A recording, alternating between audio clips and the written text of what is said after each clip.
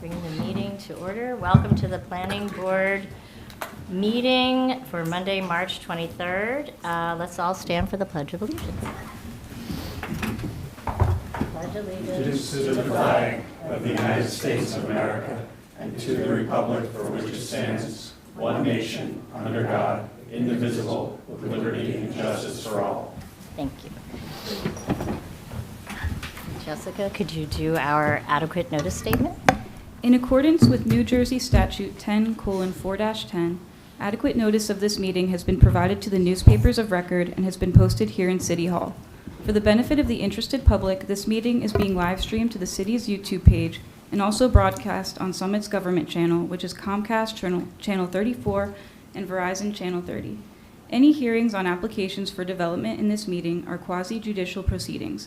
Any questions or comments must be limited to the issues that are relevant to what the board may legally consider in reaching a decision, and decorum appropriate to a judicial hearing must be maintained at all times. Please note that fire exits are to my right, your left, and at the back of the room where you entered. The city has a listening system to assist the hearing impaired. If anyone needs hearing assistance, please obtain the necessary equipment here at the dais and return it immediately after our meeting. Thank you. So we're going to change our agenda for the resolution of extension for 4 Parkview Terrace. Bart Sheehan would like to come up. Nice to see you, Mr. Sheehan. Oh, I always forget the roll call. We're here. Okay. Go ahead. I'm so sorry. Chair Balsan Alvarez. Here. Vice Chair Hamlet is excused. Ms. Bowen. Here. Councilmember Crisafulli. Here. Mr. Dalmasso. Here. Mr. Fellman is excused. Ms. Morrison. Here. Mr. Sala. Here. Mr. Stern. Here. Mr. Staunton is excused. Mr. Golden. Here. You have a quorum. You may proceed. Thank you. Sorry about that. Madam Chair, thank you for the calendar preference. I deeply appreciate it. You're welcome. They let me out of the corral just this once to participate in the privilege of appearing before this board, a privilege too long deferred over these last several years. This is an application that seeks a 120-day extension of the condition imposed by the board the last time this application appeared before it, granting approval for a subdivision for block 4707 and this particular lot, 2301, requiring construction to begin within 2 years. There are certain extenuating circumstances underlying this request, including the time that it took to discharge all of the other conditions with respect to site improvements, deed recording, subdivision perfection, and the required stormwater management easement, as well as familial complexities of a nature that we don't have to go into this evening. Okay. So I would submit it to the board's favorable application and answer any questions that anybody might have. Do any of the board members have questions? Do any of our professionals have questions? No, the only thing I would comment on, typically on an extension, the real issue is whether there's been a change in zoning. Since the approval, there has not been, so you can proceed. Okay. And if I may add, from a legal perspective, the MLUL affords up to 3 one-year extensions. This is the first request, and it is for if I'm doing the math correct, about a third of a year, 120 Yes. days. Right. So to give the board some context. Thank you. So do we have to do roll call? or- I have a resolution already in anticipation of a possible grant of the extension, so all you need to do is a motion, second roll call vote to adopt the resolution, if indeed you're granting the extension. Okay. Do we have a motion to extend? So moved. Do we have a second? Second. Okay. Now, Ms. Bowen. Yes. Councilmember Crisafulli. Yes. Mr. Dalmasso. Yes. Ms. Morrison. Yes. Mr. Sala. Yes. Mr. Stern. Yes. Mr. Golden. Yes. Chair Balsan Alvarez. yes. Thank you very much, Nice Madam to Chair, see you. members of the board. Okay. So back to our agenda. We have the adoption of the bylaws. Mr. Stern? Yeah. Oh, just two quick things. In Rule 2-22, it says that the rule states once a quorum of the board is present, which at least 4, and then in parentheses says 5 members. I think it should be 5 and 5. Right. Should be 5, bear with me. Yeah. 2:2-2. Yeah. Oh, there we go, 5, yep. And then in 2:3-1, it references the township of Summit. It should be the city of Summit. Absolutely. That's all I got. Oh, there's township, Yep. okay, yep. Yep. Thank Got you. it. Does anybody else have any changes or suggestions for the bylaws? And if I may, Madam Chair, I did review, same as I do every year, other than those 2 typos. There's nothing in the content that needs to change. These bylaws remain consistent with, and frankly, to a large degree, are dictated by the municipal land use law. Yep. So just want to put that on the record. Thank you. Thank you. So we can adopt these now. Can we Same- just do a, A no? motion second and a voice vote will do it. Do we have a motion? You could do a voice Thank you. Second. All right. And an all in favor will do it. All in favor? Aye. Oh, I love that. I like the all in favor. Okay. Now, we'll do them wherever we can. Yes, okay. So, committee liaison appointments. So, these are the suggested subcommittees and liaisons for the various commissions and committees and subcommittees. And I'm just going to list them out, and we can discuss, ask questions, whatever.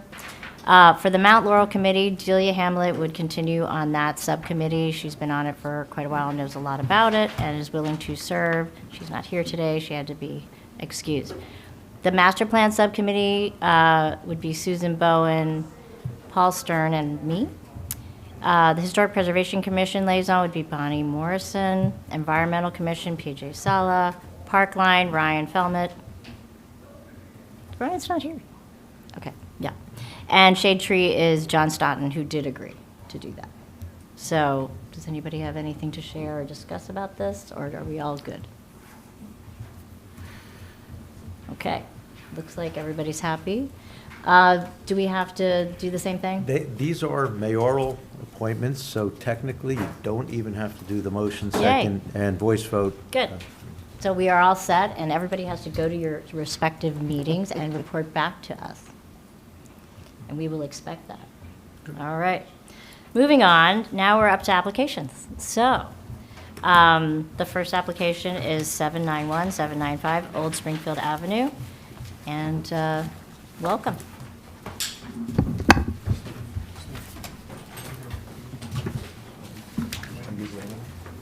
Yeah. Madam Chair, we do have a recusal. Our Class 2 member, Mr. Del Maso, will be recusing Oh, himself okay. from this matter. Would you be coming back for the next one? Vera? Yes, I will be back for the next matter. Okay, Okay. great. And we still have 7, more than a sufficient quorum. Yeah. And while Mr. Weber's getting all set up, with the chair's permission, I'll put on the record that we did review the notice originally for the last meeting, and the content was sufficient and timely served, and the matter was carried without further notice to this evening. Yep. So board continues to have jurisdiction with respect to this matter, and that's Property. all the time that I can buy for Mr. Weber, so he's going to have to get ready very quickly.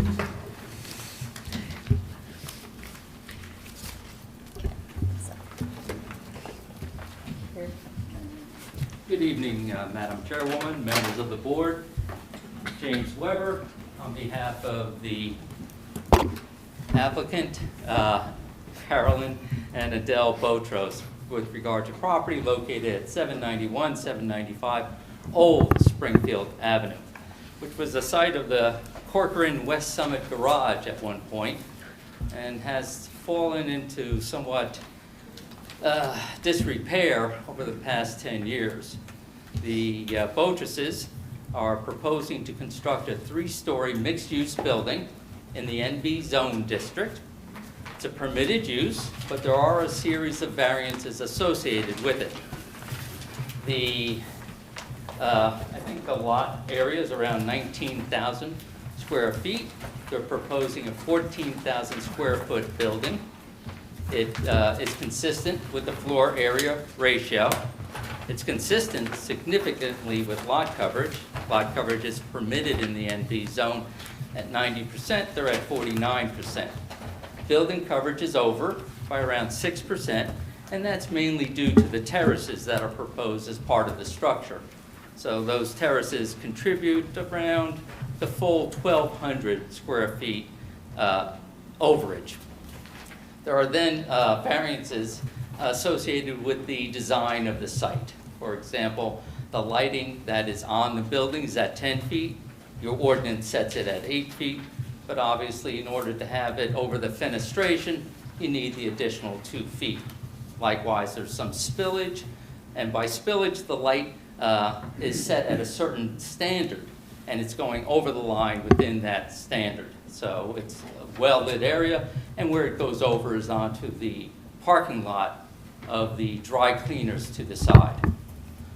The other variance is with regard to the loading space. The loading space for this 6 dwelling unit building is, it's required by ordinance, but more likely than not, that loading space would probably be devoted to people moving in or people moving out of the units.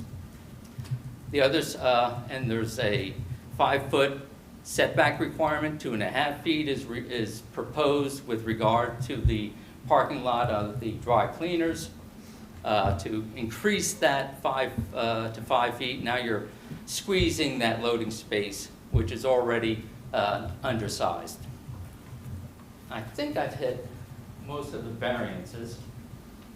Yeah. I'm just checking for a second to see if there are any other ones. There. So the ordinance in the NB zone district sets a building size for 10,000 square feet. And what's being proposed here exceeds that 10,000, which could be met if you split the development into 2 buildings, but that would be increasing lot coverage, increasing building coverage, creating more variances, and would actually not work well, as the architect and the engineer will describe further in their testimony. The roof under your ordinance is supposed to be peaked. This is a flat roof.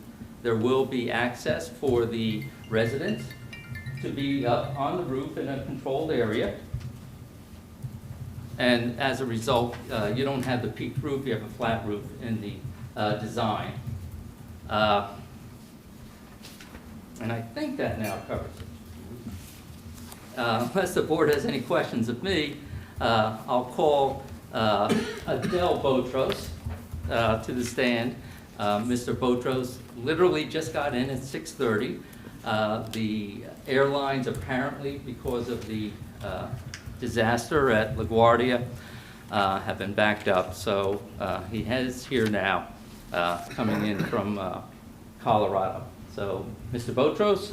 And Madam Chair, with your permission, I'll swear in all the witnesses at once. So if we could have our other witnesses as well stand, raise their right hand, as well as our 2 board professionals, our planner and engineer. Do all 5 of you swear to God or affirm that the testimony you're about to give is the truth, the whole truth, and nothing but the truth?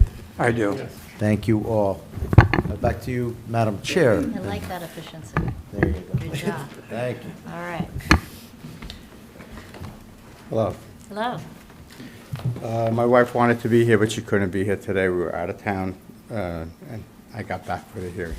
So we live down the street from this property. We live at 738A Springfield Avenue, like less than a half a mile away. We've lived there for 30 years. That property has never been functional since we've lived there. It's been a closed-down gas station since 1996 when we moved to our house. When the opportunity came up for us to purchase it, I saw it, go on sale. We walk by it all the time with our dogs. I wanted to do something nice there, and here we are. And you've retained the services of experts to assist you with this application, haven't you? Absolutely. And They're who all are in this those room. experts? Dave Rosen, Nick, yourself, Bill, and show plan, so we have an Those engineer. are architects and engineers, correct? Architect, engineers, yeah. And you reviewed the staff comments of the board's consultants? I have, And do you agree to be bound by those recommendations? yes. Was there anything within those recommendations that you would ask the board to consider, or would it be subject to the comments of your experts? So in other words, if their Yes. experts have Yes. an To the agreement or a discussion with the board experts, you would ask that the board consider that discussion. Right. And I have nothing further, Madam Chairwoman. Are you going to bring your architects up? Yes, we are. Good. Okay, thank you. I would ask that Nick Giuliano be called to the stand. Does anybody have questions for the applicant, or do we want to wait? Okay, we might later. And members of the public then also will have an opportunity to question Mr. Botros later as well, correct? Thanks. Okay. All right. Hello. Evening, everyone. And remind me your name. Nicholas Giuliano. Okay, Hello. and you are, I'm a partner with Rosen Kelly okay. Conway Architecture and Design, and I'm a licensed architect in New York and New Jersey. okay. Okay, please speak right into the mic. Sure, better? Yeah, it's hard for people to hear at home. Great. Do you need me to repeat anything? I think you're going to be voir dired by applicant's counsel, so we can accept you as an expert in the field of architecture, but I don't want to take the wind out of his sails. Thank you, Okay. Mr. Warner. Have you ever appeared and provided testimony before a municipal agency in the state of New Jersey previously? Yes. And could you list those particular agencies? Summit, New Jersey, Montclair, New Jersey, Rumson, New Jersey, Middletown, New Jersey, and I think that covers it in New Jersey. I would ask you License to remains in good standing? Yes, Thank you. Defer to the chair. Yeah, go. thanks. You're accepted. Okay, great. So, I mean, I won't belabor the point that the site is very rundown and not much is happening there right now.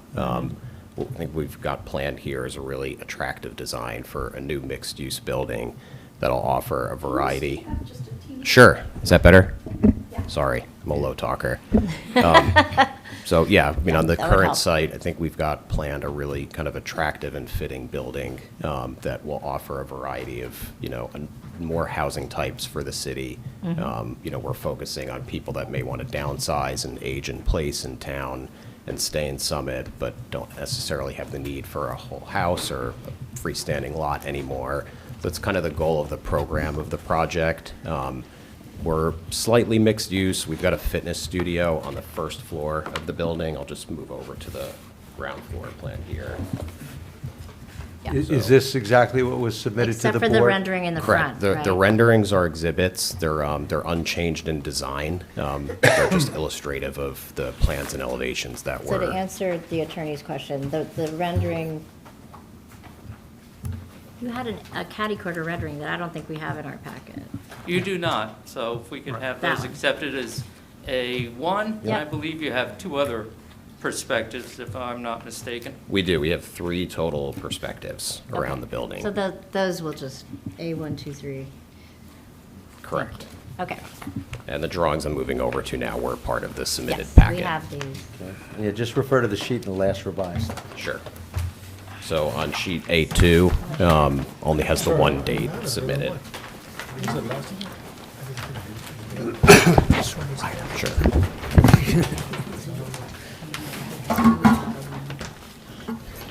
So yeah, if everybody could please go to sheet A2, we can start there. Sorry, go ahead. So can you turn to sheet A2? A2.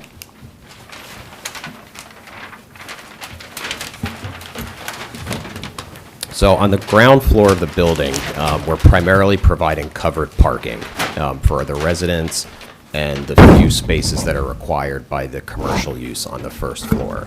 The only commercial use in the building will be in the fitness studio. The fitness studio will primarily be for the residents of the building, but we will have one-on-one training sessions that could happen with outside occupants if people want to come and use the space for that. So it's open to the public, correct? Correct. It won't be, it's by appointment only. By appointment, Not large classes, really just one-on-one, one-on-two with a trainer that could double in, and it'll still be open to the occupants at all times.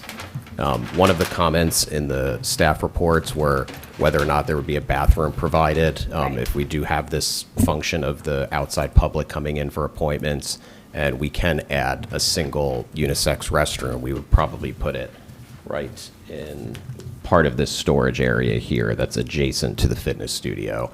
That storage space isn't allocated for anything specific. I'm sorry? Yeah. Keep going. And then the rest of the first floor is primarily just hallway space, elevator, 2 egress stairs that exit from the upper floors of the building at grade level, access to the basement. The basement will just be individual storage units for the building occupants and mechanical space. And then on the outside is where we have the refuse storage. That'll be accessible from just the outside for collection, and there'll be individual trash rooms and chutes on each floor for the occupants. Then if we move to sheet A3, this is our typical floor layout for the residential units. Both floors have 3 units per floor. On each floor, 2 out of the 3 units are 3-bedroom units, and 1 of the units on this side is a 2-bedroom unit. And off to the corner here, elevator and trash room and staircases up and down. Each of the units have an outdoor terrace connected to the unit, and Jim had mentioned earlier that that's primarily one of the big contributors to the building coverage variance, is that they do count in building coverage. But again, just to reiterate that we're very, very under the threshold on lot coverage for this project by locating the parking underneath the building itself. So we felt that that was a good trade-off to have a little bit of extra building coverage, but be considerably under on lot coverage and have a lot of the site remain pervious and planted and green. So then moving up to the third floor. Third floor, essentially the same floor plate, just the stair changes a little bit. And then on the roof, primarily flat roof, where we've got most of it allocated towards what we would need as mechanical space, and towards the back, we're programming it with a roof deck space that would be accessible. Sorry. Yeah. Roof deck space that would be accessible to the occupants of the building. So common shared outdoor use. No plans on the outdoor space for any kind of public use. It would really just be for the occupants of the building as kind of a third space for them. And the basement, just to reiterate, individual storage units for the 6 apartments upstairs, and just storage and mechanical space for the building infrastructure itself.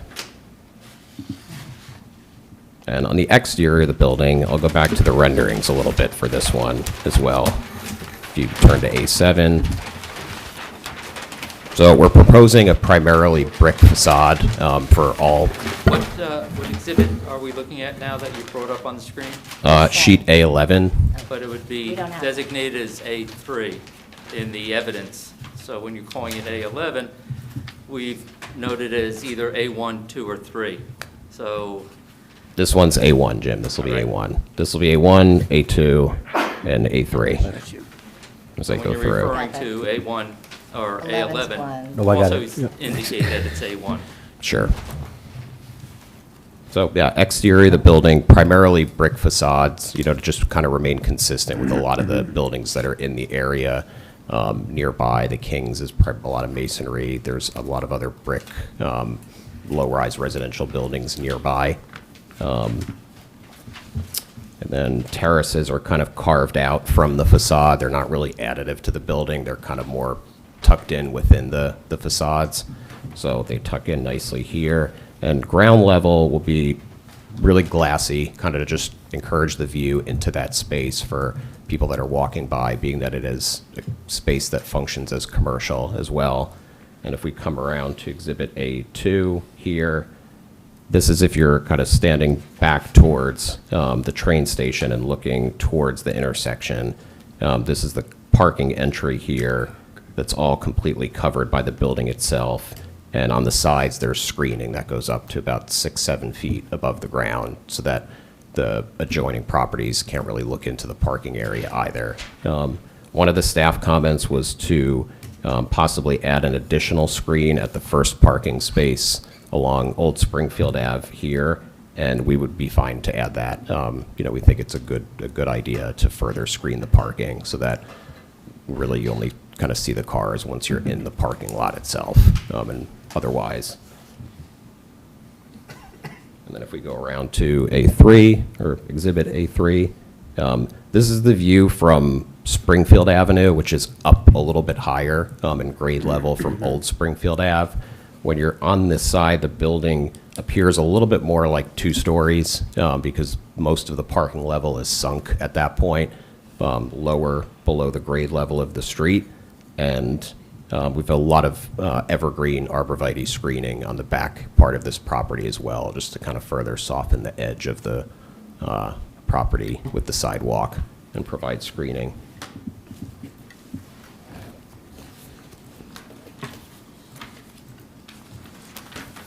And the roof primarily is flat. The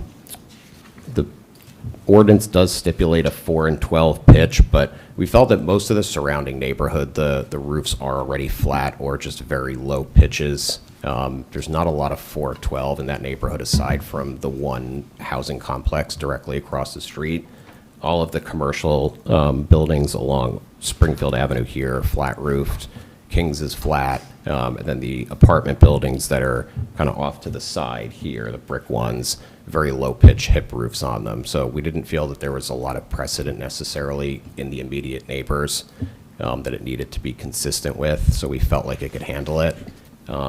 We introduced some gable shapes on the parapets of the roof as well, just to try to get a little bit of the angularity that maybe the ordinance wants there. We also felt that the flat roof kind of helps with the mechanical screening a little bit better too, because we can use the parapets to screen the mechanical units. We'll have screening right around the units themselves in addition, but the flat roof and the higher parapet from street level really kind of obscures any view you would have of the units themselves or the screening itself. So we thought that that was kind of a stronger option for this building.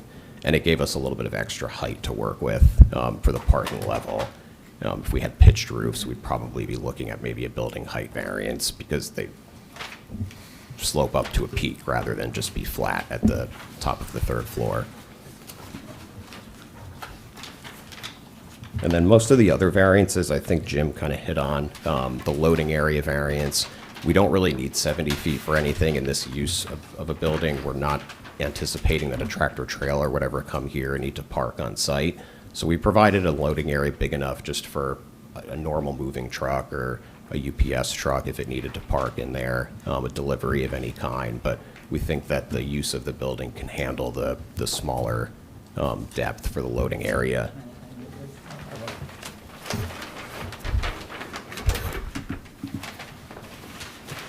And just a few more of the staff comments. We talked about the restroom already. There was a question about what the final landscaping would be for all of the areas that are pervious on our property. We will have a more developed landscape plan eventually. What the civil engineer showed is primarily diagrammatic for now, just to show where the evergreen screening would be. There will be more landscaping, probably certainly denser, more variety, and we'll have a landscape plan that gets submitted with that as part of the building permit package as well. On behalf of the applicant, would you agree on his behalf to have that subject to the review and approval of John Linson, the city forester? Sure, of course. Thank you for saving me the effort of having to say that. Yeah. Check. The additional screen was mentioned for the parking level on Old Springfield Ave. We would comply with that if it's requested, to have that last parking space be screened as well. Parking for the fitness studio, there was just a request to just provide testimony that it complies with the proposed business use. It would. The one-on-one fitness studio would fall under just a normal B business occupancy because it's not assembly and it's only a small occupancy number. So the excess parking spaces that we have, we need 13 for the residences and 3 for the commercial use, and we've got 16 total. So we're compliant with the city ordinance there. The parking area will have electric vehicle chargers integrated into it. We don't have the final number determined yet, but we would comply with whatever. 3. Yeah, we would probably have more than 3, I think, when. Yeah, we would have 1 for each unit, so 6 total. The building will be sprinklered, so that was one of the comments. The interior of the building will be sprinklered, and the parking area itself, the underside of the deck above it, will have exterior sprinklers, so we'll be well protected. The egress there in the parking area, we looked at that a little bit more, and we could turn it so that it doesn't empty right out onto the aisle. We could carve out a niche in one of the corners so that it empties out not onto the parking aisle or onto a parking space. It'll have its own kind of landing pad. So, and then the 23 wide aisle for the vehicular traffic, we felt it was okay to be the 23 feet just because it's a very low traffic level parking area. It's just the residents. It's not really a public use aside from just the couple spots at the front, so we're okay with using it if. Yeah, I think, I think it just needs a formal request from RSIS. Okay. I think it just there has to be something that goes through. I think the ordinance in Summit allows it, so I don't see a problem with it. Yeah, but we have the room to do it. Is it de minimis RSIS exception? Right. Okay. Yeah, we have the room to do it if it really needed to be. We felt that the parking spaces were better with the 23 because if we went to the 24, some of the columns would encroach onto some corners of parking spaces. And we just thought that the parking spaces would be better if we could have the extra space there rather than in the aisle, so. Nick, following up on what Ms. Raffay and you were talking about, could you describe for the board what the RSIS is and how that applies with the GRO? And Sure. what the discrepancy is that you're talking about? Sure. So RSIS is a New Jersey state-level organization that sets a lot of the parameters for residences themselves in like multifamily buildings and apartment buildings. A lot of the commercial use, if it was a mixed-use building, falls at the town level. So the parking, for instance, the number of spaces for the units, that's determined by RSIS, not Summit. But if there is another use in the building, like our ground floor commercial, that does fall to Summit's jurisdiction under the zoning ordinance. So it's a combination of both as it relates to parking and traffic and vehicular access when it's a mixed-use building. Thank you. And I think the last staff comment that we had a response to, the roof access is planned for residents only right now, no public use. And the lighting on the roof, I think, I know that was questioned during the submission process, but that is all just kind of on the parapet shining down, so there's no light spillage from the roof onto the adjoining property at all, so. In reviewing the architecture, can you go through the lighting that's associated with the building, understanding that the site lighting is going to be the purview of the engineer? Sure. So pretty much all of the site lighting that we have is really just at the perimeter of the building at the ground We floor. don't have that. Can you blow that up so we can see Sure. the lighting? I could also open up the engineer's plan if it's clear. It shows the actual individual lighting points, Well, but Mr. Scott will go through the site plan Okay. lighting. Your lighting, if descriptive, is for the lighting at the points of entry, the roof, anything that's associated with the building. right. So ours is all along the front on Old Springfield and kind of as you turn at the intersection towards Springfield Ave. And it's all architectural downlights mounted in between the glass storefronts at the fitness studio area and the residential entry. This piece right here is the double entry doors into the residential lobby from Old It's roughly Springfield 6 Ave. feet. It is over 6 feet, mostly just because we felt like it looked better with the actual design of the storefronts. The storefronts are a little taller. We've got a little bit more height on the first floor because of the parking clearances that we wanted to provide in the deck. So What height are those on the building? these are at 8 feet. Yeah, okay. So 8 feet, they shine down, they're all shielded. There's no bare bulb exposure on any of the fixtures, no uplighting, and it's really mostly just kind of wayfinding lighting that shines down, not really anything that would go outward. And I think, just the building is set off of the property line enough that they're not going to throw anything out onto the street that's certainly brighter than the street lighting and sidewalk lighting that already exists. So we feel that it's an appropriate amount for the building and not too much. And again, on the roof, everything is internal on the roof parapet, shining down just to kind of illuminate the ground area of the roof. Nothing that's above parapet level and nothing that would spill over. How tall is the parapet? Probably 42 inches, I think, above finished On all of deck level. Yeah, Except for the peak is a little more. right. Will So there your be- mechanical should be much lower than that for They'll- this kind of a building, I would think. There'll probably be a unit or two that's taller, but they'll be set back far enough from the parapet that the sight lines from the street, you wouldn't really be able to see them from anywhere. Because I don't think having additional screening that's taller is going to be advantageous necessarily. If your Yeah, it may parapet's not, tall it enough, may I not don't be think you should needed. bother. We've had projects in the past where the units were set back far enough and the parapet was high enough that there was no vantage point around the immediate area that you could connect the sight line. We just haven't designed the mechanical system exactly yet, so I You have can't your say. amenity space back there, so. Yes. You're probably not going to Yeah. want to back it up too much. Right. because then it's There'll be a an, and there'll be an amenity. internal parapet as well that separates the amenity space from the mechanical roof area, so.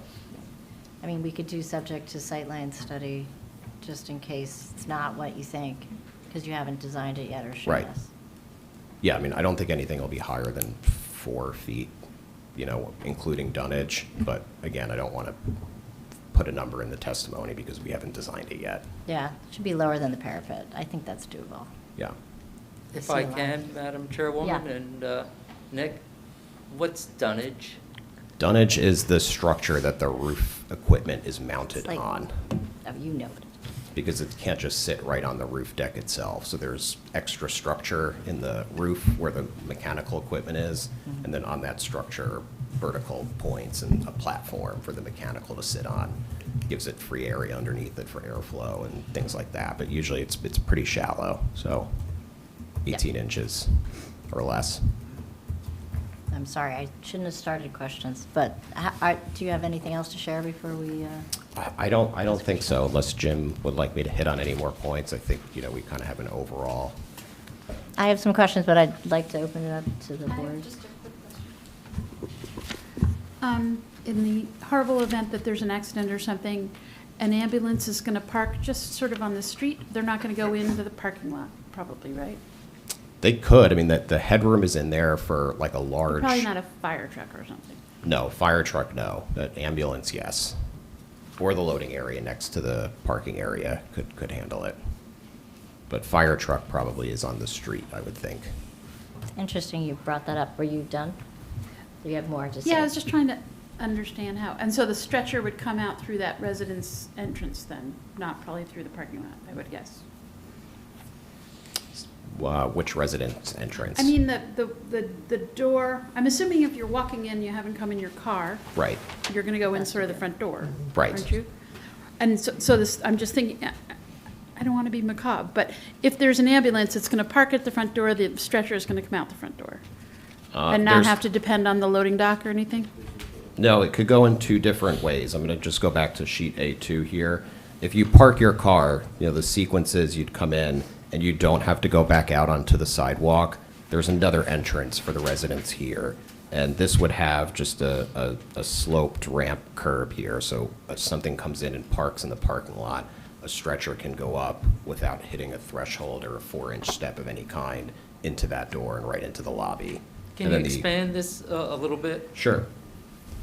So you're saying that this is a sufficiently wide door from the parking directly to the hall for its stretcher and Yeah, it's a 40-inch wide exterior door that'll fit any kind of stretcher, the elevator size to fit a standard stretcher as well, so.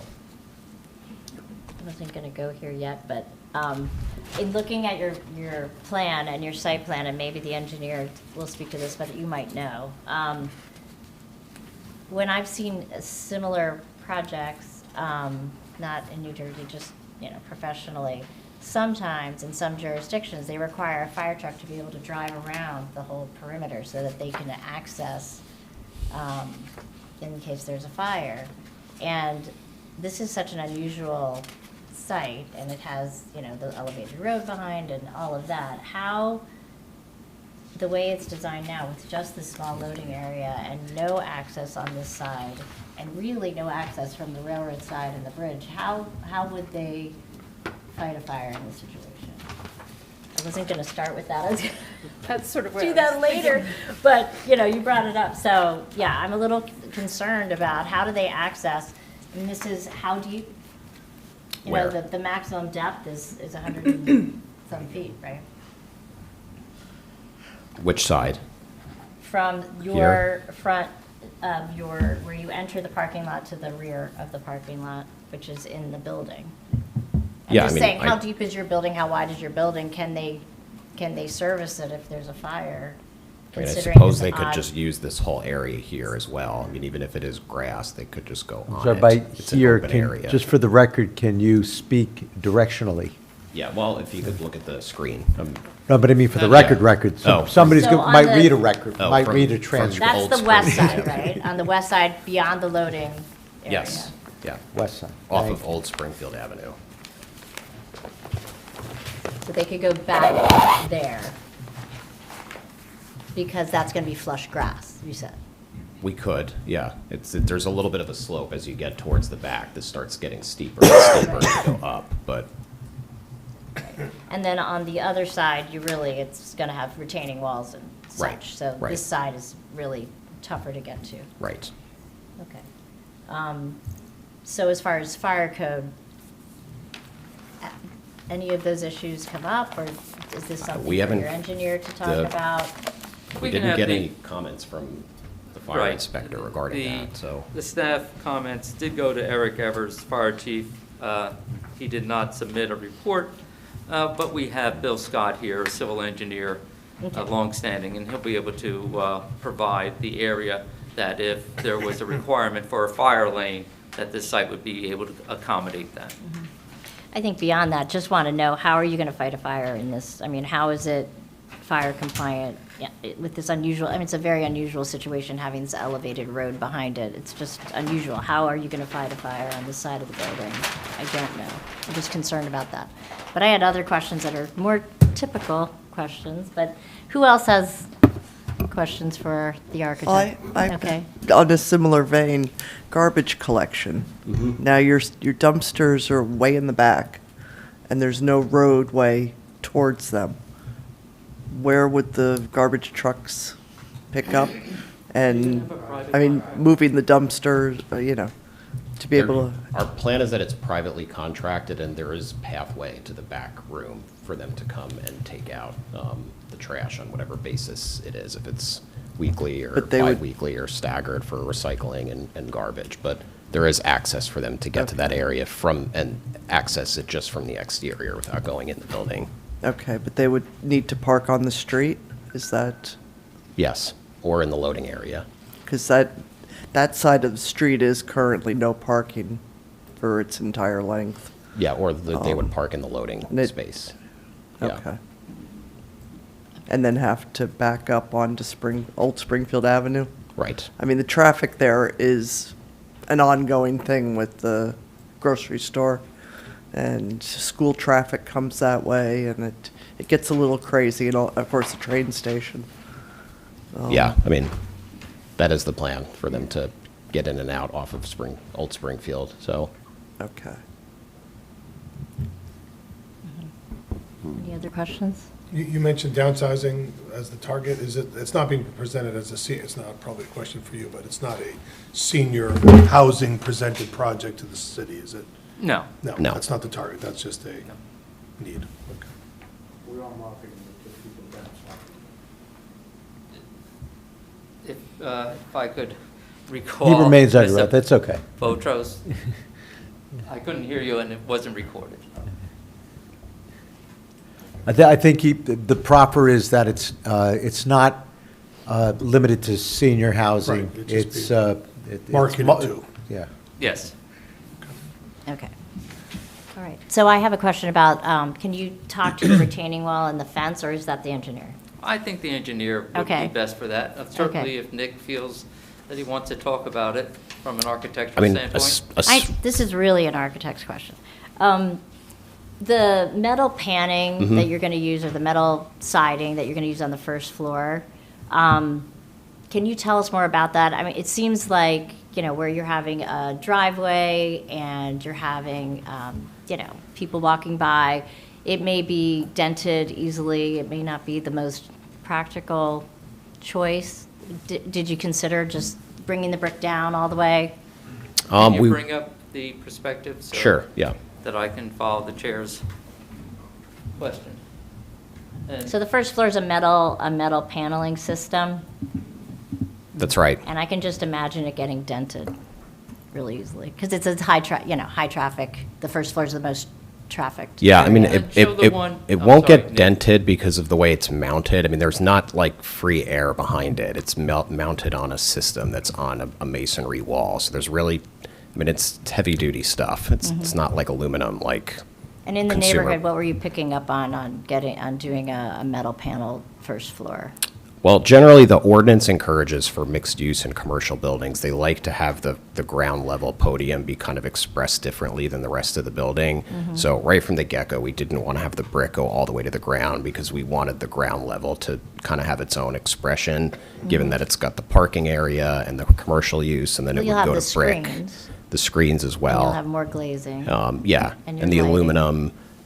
The aluminum we're picking mostly just because it's a common material for these kind of ground floor storefronts, and the way that they install it with kind of the staggered joints and things, it kind of does echo stone paneling a little bit at, not the same price point or maintenance level that like a natural stone would, but that would, the color would probably be consistent with like a masonry color as well, like a bronze or type color. So. And there's no bulkhead at the bottom? Is that practical? Shouldn't there be a bulkhead at the bottom of the storefronts? We could, I mean, maybe just like one course of stone of some kind might be just at the ground level, but I don't think we want to have an With the expressed. salt and the snow. Yeah, it's yeah, just but not like an not gonna expressed last. wainscot. We didn't want too I'm many saving you some money layers. down the road. So, Right. Okay, and the screens, can you show us any cut sheets or anything with the appearance of the screens that you're proposing? yeah, I could zoom. I'm going to zoom into one right now. We don't have a specific product picked yet, but the renderings show a pretty good idea of kind of what it would look like. It's going to either be a dark metal or composite material. It's got kind of So just they're a, quite translucent. yeah, I mean, it's just, this is just diagrammatic for the rendering. I it's mean, we really could like make a them metal as, mesh, we could just make them fence. as dense as you'd It's like. not really a screen then, right? It's more like a fence? Kind of, yeah. Metal- Mhm. Metal mesh fence? Yeah. Okay. Okay.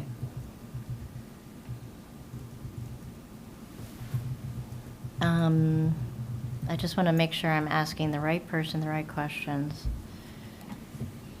Would there be any alternative material that you could use there to give it actually a more of a solid finish between the road and the parking area so that it would look more like a finished wall? Yeah, I mean, we could make the screen design more dense and just have less free area and more solid space and kind of the way that the Just lattice to is screen constructed. the cars and their lights and all of that. Right, It would be yeah. better for the surrounding neighbors. Yeah. Okay, that would be a condition. The one thing that is probably a difficult question, but I want to ask you anyway, is, I noticed that they're generous apartments. You're doing a third more FAR than what's allowed. And you have a big entry in the middle, not in the middle, but on the sidewalk, big entrance in the middle of the building, rather than having building there, kind of a street wall that's more comfortable to walk down. Was there any discussion early on when you started this design process to do the entrance to the side away from the building and then come around and enter on the side of the building so that the big garage door is not on the main face of the building? The Zoom HPC out. mentioned it as well as, something that, We didn't really look at it. I mean, just at first glance right now, the turn radiuses would probably get difficult.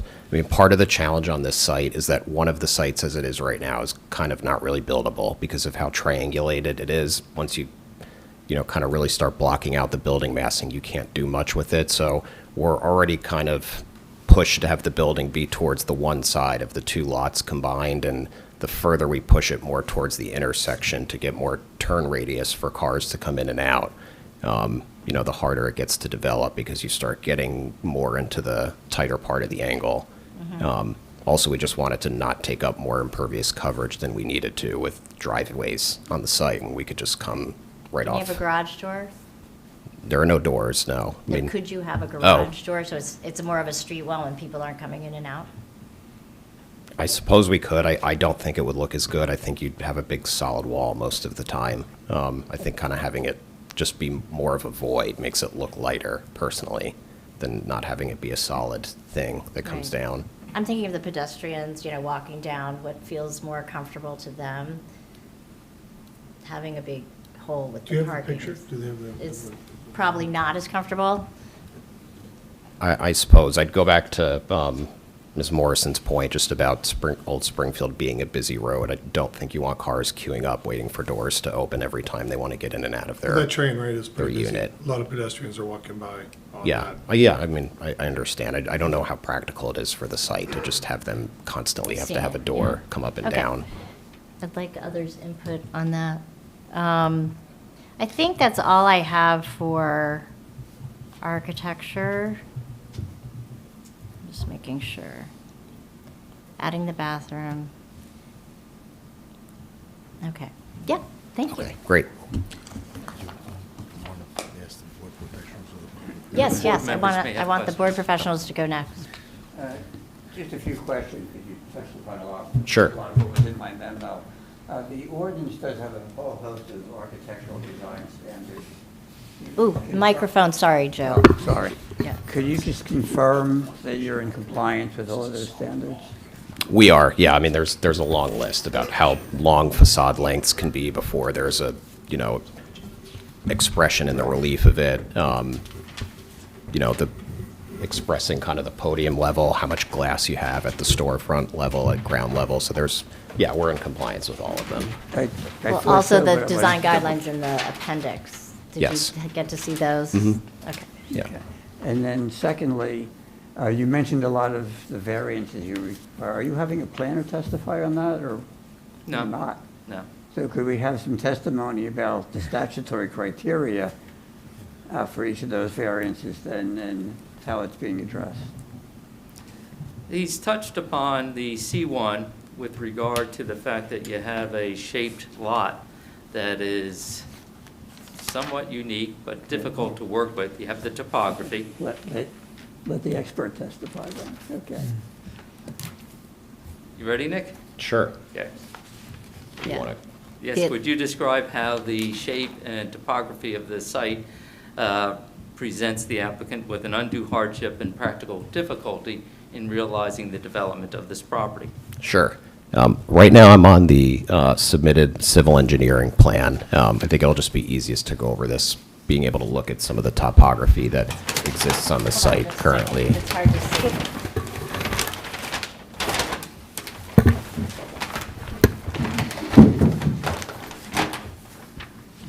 Which sheet and last revised? I don't know how you read these sheets. 2-7?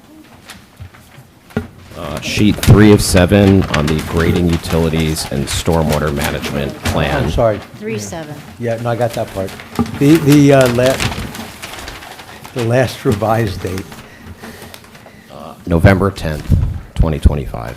Thank you.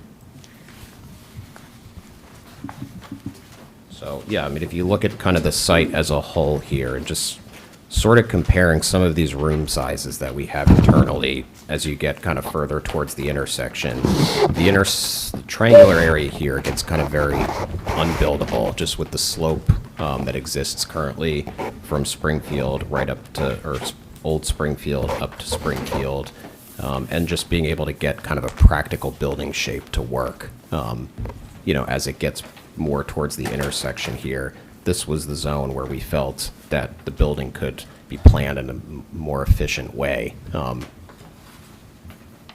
So, I mean, And I does don't- that contribute to the variance that's being requested for putting the units all in one building rather than trying to create two buildings? yes. So that goes to the size of the building as to the 10,000 square foot limit. Yes. And And the with re- overall FAR for the site, the ratio itself, I just want to reiterate, is conforming. It's 75% of lot area, and we're beneath that. So we are over the 10,000 square foot gross limit, but the 75% floor area ratio, we are conforming to that. And with regard to the benefits to be gained by the project as a whole, do you have an opinion, and can you provide the facts as to how those benefits substantially outweigh any detriment? Yeah, I mean, just developing the site to begin with, I think, is a benefit to the immediate neighborhood. It's a nicer building to look at for the neighbors. I think it helps neighbors' property values, having, a attractive building next door versus an abandoned site. And for the building itself, like I said earlier in the beginning of the presentation, I think the goal here is to provide, a bigger variety of housing type for the city, aside from just freestanding homes. People looking to downsize that want to stay in Summit, primarily Summit residents already that are going to be downsizing. So I think the benefits are twofold for the neighborhood itself, and then just for, for the whole city and what the building can offer. Do we need more, Mr. Burgess? No, I think your comments earlier touched upon a number of the things. Didn't use the wording, but what I just heard was fine. Just could you touch upon the lighting height in terms of the criteria? You're allowed, you're proposing 10 feet, you're allowed 8 feet. What's the physical condition that warrants that exceedance? I mean, generally, just our first floor is a little bit taller, than a typical story would be. And as such, the glass storefront height is a little bit taller as well to kind of maximize the view. And we felt that just the lighting height worked better to kind of just illuminate the whole ground facade at the higher height, rather than it being kind of up, maybe just a little bit more than halfway. It gets it up a little bit higher and kind of illuminates the whole storefront So in a better. way, that's more of a C2 relief? There's more in the way of a C2? Yes. A public benefit relief, okay. I'll go with But that. the lighting you've shown us so far was 8 feet.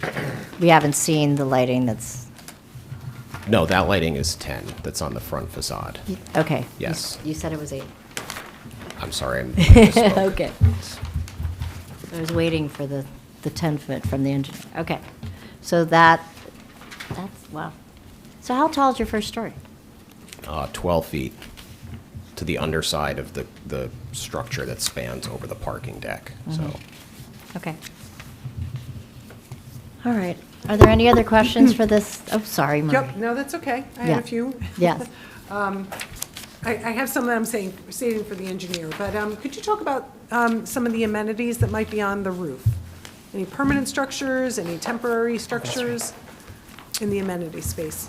I mean, in the amenity space itself, it's just a roof deck. There are permanent structures at roof level, but it's limited to just the stair bulkheads for the egress stairs and the elevator lobby if you take the elevator up to the roof. But we don't have anything planned as far as gazebos or pergolas or anything like that. It's just the roof deck, And there's no extra railing, just the parapet? just the parapet. And And- you have foot lighting around the amenity space? Yeah, the parapet on the inside wall will have shielded kind of down lights just to kind of softly illuminate the ground level if you're up there at night, so. Okay. You mentioned about the landscaping on Springfield, that what was shown on the engineering plan, and I can ask, this is kind of like between two of you, so if you'd rather me put this off to the engineer, that's fine. Your rendering that you showed from Springfield showed some arborvitae that looked like maybe they were on top of the retaining wall area. But those arborvitae are not shown on the engineering plan, which do you think is going to be more accurate? I think the final landscaping plan will just have more landscaping overall than anything that's been shown to this point. We're mostly just kind of diagrammatic with the landscaping right now. The condition of the updated landscaping plan by a landscape architect that would go to John Linson would address that. I think that's a good condition, and maybe we can also just say that that corner that where old Springfield and current Springfield meet needs to really have a lot more landscaping that's year-round. Absolutely. Okay. Are you proposing, could you talk about the mailroom, any packages? I see there's something on your architectural plans about mail, but could you kind of talk about that for testimony? Sure. So, yeah, on sheet A2 of our drawing set, we'd have a mail drop right at the vestibule, right off the street. As far as package delivery, this storage area that's allocated over here, that may become package storage. And it's And a only 6 bathroom. units, so we don't expect that big of a volume, but, you know, every year people are getting more stuff from Amazon. So, but we do have space allocated for it on the ground floor. Okay. Are there any outlets proposed in any of the storage areas for maybe e-bikes or anything of that matter? We haven't gotten that far yet with lighting and individual room electrical, but certainly a consideration. You know, Well, given they're pretty good sized rooms, so. Right. I guess that's my question, and that would be something for the board to consider. Do you want e-bikes in there, or do you not want e-bikes in there? That is something that you need to talk about. Sometimes they. Fire. Right. Yeah. Right. Inside. So I would think that that may be something that maybe the board should consider whether they want or not want. I think that's all I had for architecture. Okay. Okay. I Joe? forgot one Sorry. other- one Mr. other Christofoli point. is after you. And this is more, Mr. Christofoli is after you. Okay. Okay. With 6 units, one has to be an affordable unit. Yes, So that as a condition, there should be a deed restriction on that one unit. that's right. With That should be in regard, the resolution. Oh, no, Yeah. we got with it. regard to the affordable unit, we're requesting that as a condition of approval, putting in the affordable unit or the referral to the common council to seek a ability to have a payment in lieu of construction of that affordable unit. The prior ordinance in the DRO, which was just recently repealed, allowed that process before common council, and that's common council's decision as to whether or not to allow that. There's aspects associated with this application that present a serious financial challenge to achieving this result, and that ability to put the affordable unit either through the trust fund or an alternative site is something that may be necessary to achieve that. But what we're saying is certainly an affordable unit will be provided, but we're asking, and as a condition of approval, that we'll refer that to common council for their determination. Council, do we have to do that? Well, a couple of things, and we'll want Mr. Burgess, our planner, to speak to it as well, I would assume. But just so I understand what the requested condition is that, correct me if I'm wrong, you will either construct one affordable unit, or in the alternative, if and only if common council permits, with the appropriate authority to do so, a payment in lieu of construction. You might choose the payment in lieu of construction in the alternative. If common council does not permit it, you are stipulating to providing on-site construction of the required affordable unit with the appropriate deed restriction. Am I correct in my understanding of the condition? Yes. Okay, now maybe the board wants to hear from Okay. Mr. Burgess if he has an opinion with respect to that requested condition of approval. I will have to double check to make certain with the new fourth round rules, because for those that are not aware, although there was the March 15th deadline, on March 16th, the program issued a new set of guidelines. No. And I have not yet finished going over all those, that 50 or 60-page document. I'm not certain that you're allowed to do that any longer, but I will double check and then report back to the board on that. That would be acceptable. So We it- do So point do we out- proceed now as if you're building the affordable I unit think- unless something changes? Right, I Is think the that- way Mr. Warner, I set the stage for it, Okay. addresses the question that I just Okay. raised. Okay, good. Yeah, I might add to that I'm a council member here in Summit, and the guidance we've received is that all of the mechanisms under the court-agreed affordable housing fair share plan, all of those mechanisms, we need to show progress on them. So that's the guidance I've received, but I'm sure there could be more legal opinions on that. And if I may, Madam Chair, and to follow up on the councilman's Sorry. statement, I believe, correct me if I'm wrong, Mr. Burgess, this particular unit would be part of a mandatory set-aside ordinance requirement, but not necessarily a fourth-round mechanism, or would it be a fourth-round No, it mechanism? would be a fourth-round mechanism, Pursuant to the mandatory set-aside and it ordinance? is part of the mandatory set-aside Okay, okay. requirements. So we, okay. All right. Okay. So we have the stipulation, it's a stipulation with a contingency. So, can't get any more definitive than that. All right. Okay. So, are we all, did you get everything? No. No, I had two questions. Going back to your, Jennifer, your questions about the screening in front of the parking area, the rendering that we received on page A1 shows solid panels here, where the one on the screen, the 3D rendering, showed that that was open to The the... one on the elevation that was submitted, that's the stair that's back about halfway in the parking area. Oh, okay. Yeah. Because it appeared to me as if that were a solid front to Corner. the parking area. Yeah. No, that's set back. Yeah. We don't have the Okay. screens on that elevation of the original submission. So, but So I think, for me, that's an important feature to have that screening there. And the other question is on the workout studio. I think most people, certainly of my age, would prefer not to have all the glass windows when they're working out. And is that something that might be under consideration, more privacy for the the gym users?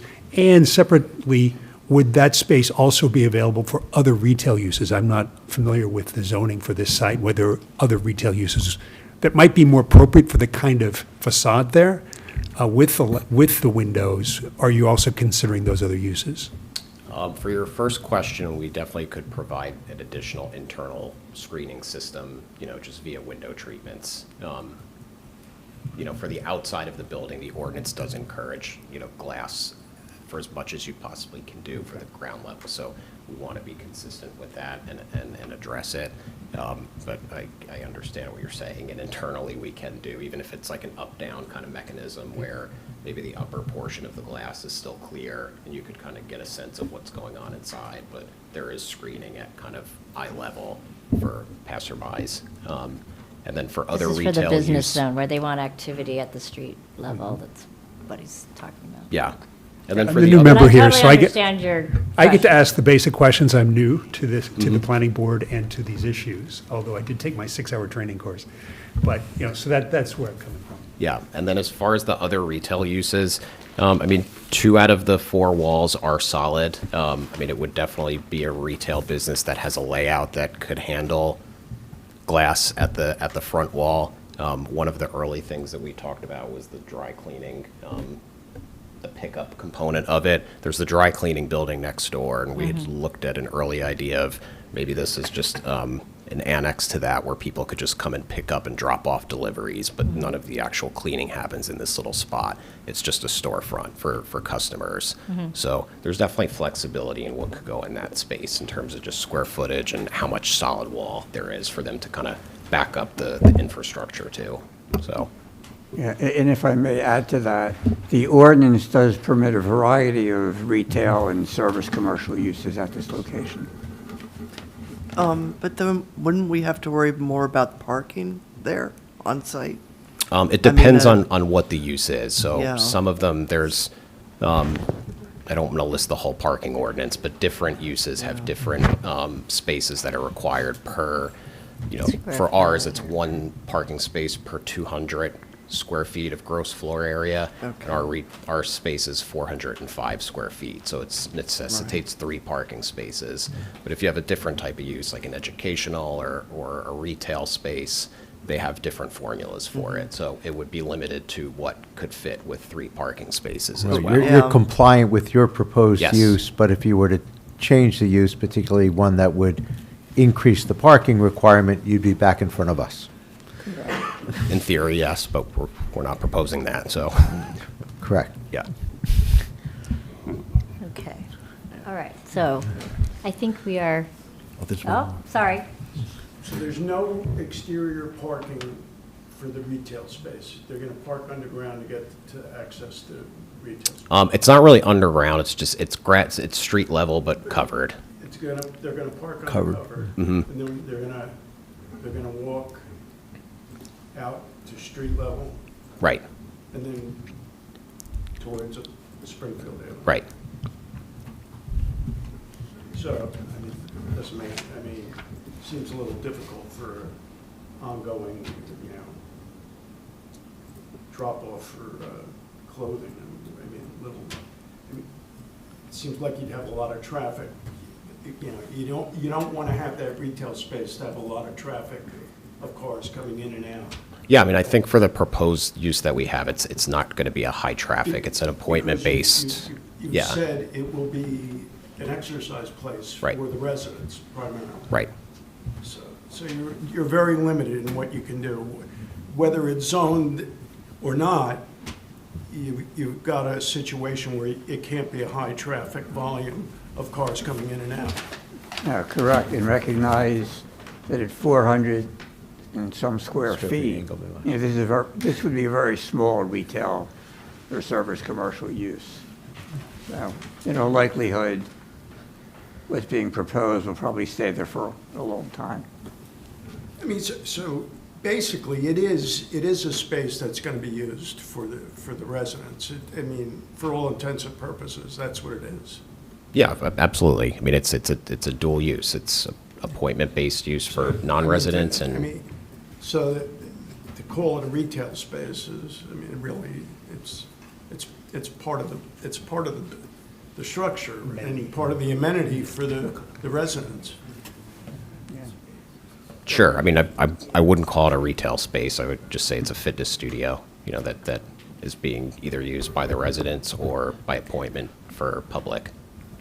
Madam Chair, maybe I dovetail off the question, and hopefully it'll be helpful with the question and answer, but Mr. Burgess, if the personal training studio area were to be considered accessory to the residential use, primary residential use of the building, would that have any impact from a zoning and planning perspective? Yes. And what would that impact be? If it was solely accessory for the residents, it wouldn't generate any parking requirement. But the fact that they're making it available to the outsiders, even if on a limited basis, that's what By generates appointment the only. by appointment only. That's what generates the demand for 3 additional parking spaces on site. But otherwise, it would not have any impact, either would be permitted, correct? Both would be permitted, Either or yes. both, okay. So in the zone, you don't have to have a retail component on the first floor? No, you're not obligated to. Okay. Yeah, I believe the ordinance encourages the use of that, so. Neighborhood business, yeah. Our thought was that maybe commuters that are going to the train station might come here and they might do a once-a-week class before. So in terms of like wayfinding on the site, it might be regular people that come weekly or every 2 weeks, and they kind of know once they're there for the first time, they know their way around to be able to park in the main parking level and just double back out to the street, so. Okay. Do we have any other questions for this witness? I just have one more about the parking. Now, each spot will be clearly labeled as belonging to different units, because one of the issues over there is there's limited parking for the train station, and don't want people sneaking in or, or taking any of those retail spots, right? So, Sure, I mean, it'll yeah. all be clearly labeled. It would all be controlled, either deeded spots or just labeled. The spaces for the public use and the handicap space would all be kind of positioned towards the front door, tucked in that corner of the parking lot, so. Okay. For clarification, Mr. Weber, is the applicant proposing to designate spaces for residents only? And if so, is the applicant also proposing to designate those spaces by unit? What is the plan for the parking? The answer is yes, Mr. Warner, Okay. As to both? as to both. Okay, so there'll be three public, and there'll be 13 for residences, and there'll be units 1 through 13, or whatever the units are. That's the proposal. It sounds as though one of the units is going to have 3 spaces. Wait, I'm So sorry. if you actually- have 6 units there, and... I'm sorry, 6 units, however many spaces. The 6 units will be designated for particular, how many spaces per? There are only how- three for the Yeah, retail and you have space. 15 altogether, I thought I heard. 16. Or 16. 16 There's altogether. 16. Okay, so there's 13 spaces extra, and there's only 6 units. Yeah. Okay, so Well, how 'cause it was- how It how could you be a designated the visitor. parking? I Rest is like visitor? that. Yeah. Yes, one will be designated for a visitor. Well, 1 through 6 will be for the units, and then the rest will be for, okay, thank you. So 1 through 6 would be designated, and then the remainder would be open. You would designate it, so each unit would have 2 designated. That's why we asked the questions. That's 12. And so that's 12. That's 12. Which leaves us with, which thought- unit gets the 3rd space? Well, not only that, who's getting the, Okay. that's right, you get the other 3, okay. All right. I think we've covered Ms. Morrison's worry. Okay. Are we, For Mr. Warner, so did we ignore the affordable housing question for purposes of our deliberations today, or? My understanding from the request from the applicant is that if the board grants the approval and takes the condition as stipulated by the applicant, effectively what the condition is the applicant will either build on-site or designate one of the units as deed restricted for affordable housing, or in the alternative, if the city council, the common council, permits, with authority that Mr. Burgess will confirm, if they have it or not, if they permit a payment in lieu of construction, there is a corresponding amount that corresponds to 1 unit of affordable housing that would be provided and paid to the city's Affordable Housing Trust Fund, which has certain requirements for utilization to be associated with affordable housing in the city. So that's why I said it's a contingent on Mr. Burgess's advice on what the Common Council ultimately does as to whether they get the option to do a payment in lieu of construction or whether they are simply required to designate the unit on site. And if that's what their requirement is, they've agreed that they're going to live with it, and they're going to designate that 1 unit as affordable on site. for our purposes, though, to me, And- it sounds like, and I'm not an attorney, that we're approving an application with 1 affordable unit. If they can get relief from the city council, Yeah. that's another matter. Right. Yes. But you're. That's right. what we're looking at. Well, right, but that's I how the, read it. right, but that's how the condition would be worded. It would give them that option, whereas if, you might alternatively say, no, it's 1 unit, and 1 unit only, on site, forget it, you can't make an application to the Common Council. That's not what we're approving. But So we that's do- why do you're. we have that power to not give them that right to go to city council if we confirm that the new March 16th rules allow it? Well, they could Then- always make the. Then that's a discussion. They can always make the request of Common Council, but you as a planning board are approving an application with variances, with conditions. So that would be an interesting situation if you said simply, you build the one unit. They may go to Common Council. If Common Council gives them the ability for a payment in lieu of construction, they may have to come back to you. So that's So why. can we approve it it should with the be- one unit and they can separately do that? Well, we have to separately do that. They have to separately do it mean- anyway. Well, but you, I We think- have to know what we're approving. Yeah, Madam Chair, I think what we just discussed, Mr. Burgess and I, and made clear, I thought, for everybody, is the way you want to go. That's what that's why we've set it up this way. It gives them the option to go to Common Council, get the authority to do the payment in lieu of construction if it's so advised. And as long as you're okay with them doing one or the other, as long as they go to Common Council and get the authority, then that's the wisest choice for a condition of approval, so that they don't have to come back. You have to deal with it That's the again. if. Are we okay with them going and asking for that? You're saying if we're okay with it? Well, you can't prohibit them from Okay, asking, that's- okay. but if you but if they came, if you set it up in a certain way right now, if that was your desire, then they'd have to come back to you again. That's all, so. It's your choice. It's the board's choice. Got it. Might be prudent to do it the Got first it, way. okay. Engineer? Before we move on to the engineer, two conditions. No sound amplification on the rooftop. No e-bikes. Okay.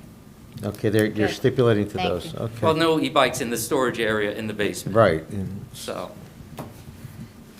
right. And Madam Chair, do you want to have the public ask questions at the very end of all Oh, the no, you're right, witnesses, but I or? don't even see any public. Does anybody from the public want to ask questions of the architect? I'm sorry. Or if the chair permits, if you had any for Mr. Botros. I don't see No any. public Okay, questions. moving on. Thank Yeah. you. Thank you. I would ask that Bill Scott be called to the stand to be sworn in to give testimony in this matter. Okay. He's already been sworn, but he can come to the stand. Mr. Scott, you've already been sworn.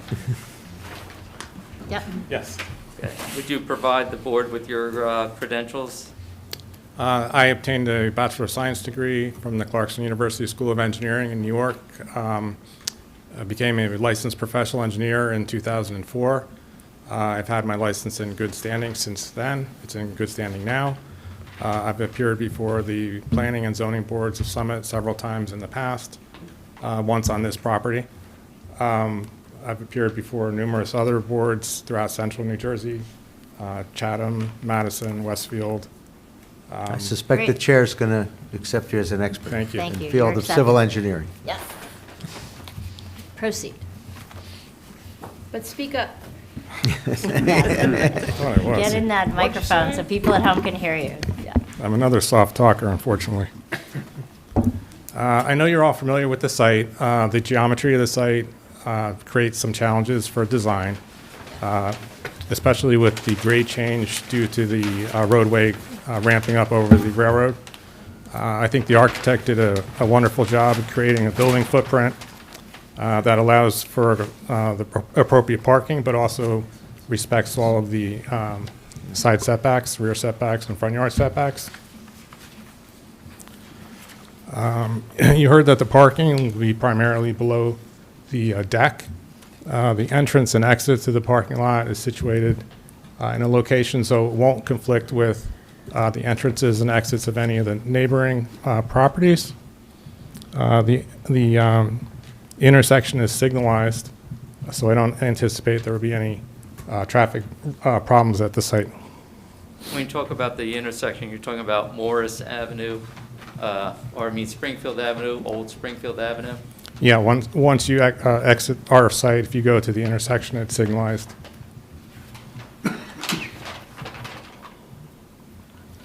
There is a significant grade change from the developed portion of the site up to the roadway ramping over the railroad track.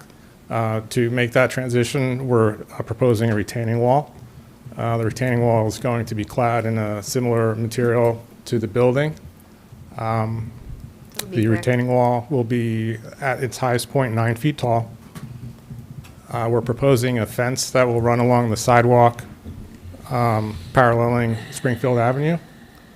And we are also proposing, or will be proposing, a secondary fence which will be set along the top of the wall. This was mentioned in the engineer's report. And I'm sorry to interrupt. When I was reciting for the board the number of variances, I overlooked the steep slope variance. Yeah, there is a steep slope variance associated with that sloped area. I believe it's 4,020 square feet of steep slopes that will be disturbed. During construction, we will provide the appropriate soil erosion controls, and after construction, the area will be stabilized.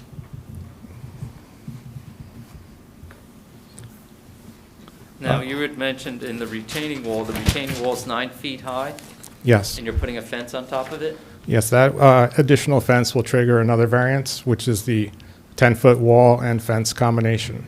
Thank you. Which is another variance, right? Yes.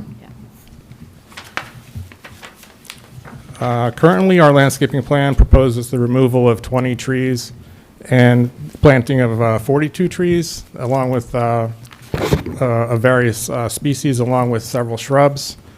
However, we did note Mr. Linson's memo, and we understand that this site is the entrance to Summit. I believe the applicant will be retaining a landscape architect who will work with Mr. Linson to develop a suitable plan. Yeah.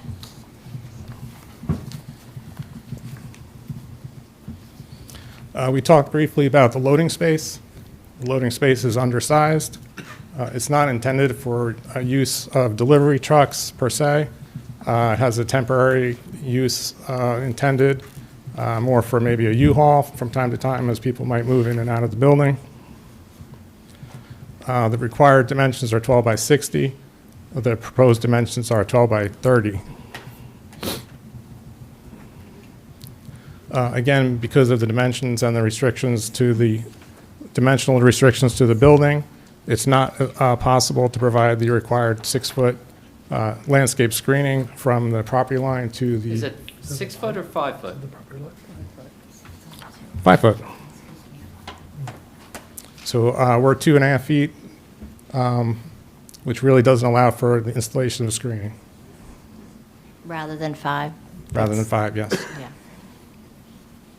Yeah. We are proposing arborvitae screening along the other portions of the northerly and westerly property lines, which are the abutting property line to the dry cleaners to the west and to the railroad to the north. We have sufficient space there, and we are proposing the screening. All of the proposed utility connections will be located within the bed of Old Springfield Road, and we don't anticipate any work within Springfield Avenue, so there shouldn't be any disruptions to traffic flow, with the possible exception of curb and sidewalk replacement.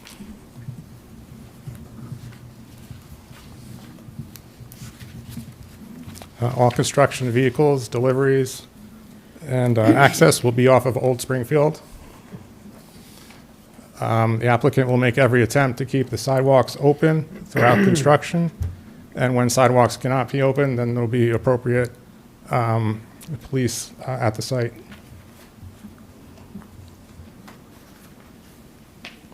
We talked about the lighting. There's a few issues with that. The lighting in certain spaces does spill over the property lines. This occurs mainly at the location abutting the dry cleaner. So we're spilling over into a paved parking lot, which is illuminated. And also to the north of the site, where we're abutting the walkway to the train station, which is also illuminated. What's the standard that is established in the ordinance for light spillage? I believe it's 0.1. 0.1? Yeah, 0.1. And what are you proposing? We have some 0.2, I believe, spilling over, and then we have some areas where it's not clear exactly what it is.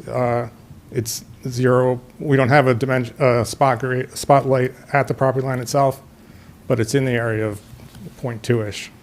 Well, okay, yeah. So for quantification of the deviation, Mr. Burgess knows where I'm going because we think on the same plane.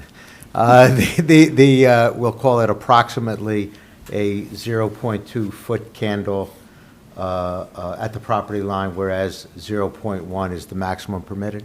Yes, and all of these locations are locations where I feel lighting is probably encouraged. The paid parking and also a pedestrian walkway. Right, but the approximately 0.2 will be sufficient if the application is granted to give you the deviation relief you find necessary, correct? We can do that, yes. Okay.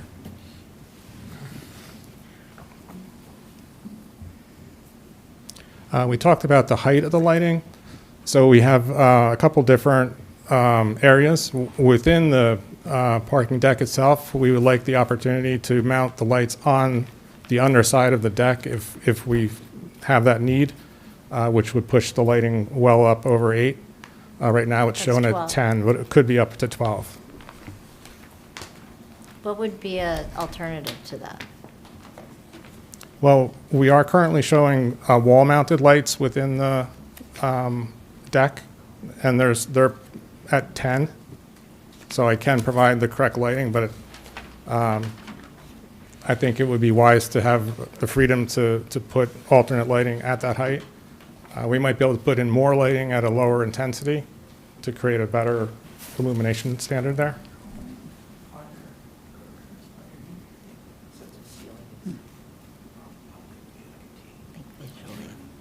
Yeah. If I could recall Nick for the second with regard to the lighting in the parking area? Sure. So for the underside of the parking area itself, I don't know if anybody here has ever used the parking deck right by the train station near downtown. We'd probably have a system similar to that where they're prefabricated concrete T structures. So the lighting itself that's on the underside of the ceiling, you probably would not see the light source at all from street view. It would probably be shielded by the T's of those individual pieces of concrete that span from side to side. So, and again, I mean, we'd keep it at a level just low enough to really be safe for vehicles to be in that aisle. You know, it's not really for anything that needs to be any brighter than that. Do you have some other ideas? I mean, What we else looked could at. you do to make it lower, to make it less of an impact? Because when you do look up at the parking structures, they don't look good. It's great for when you're in it, but when you're looking from anywhere else, it's not great. Yeah.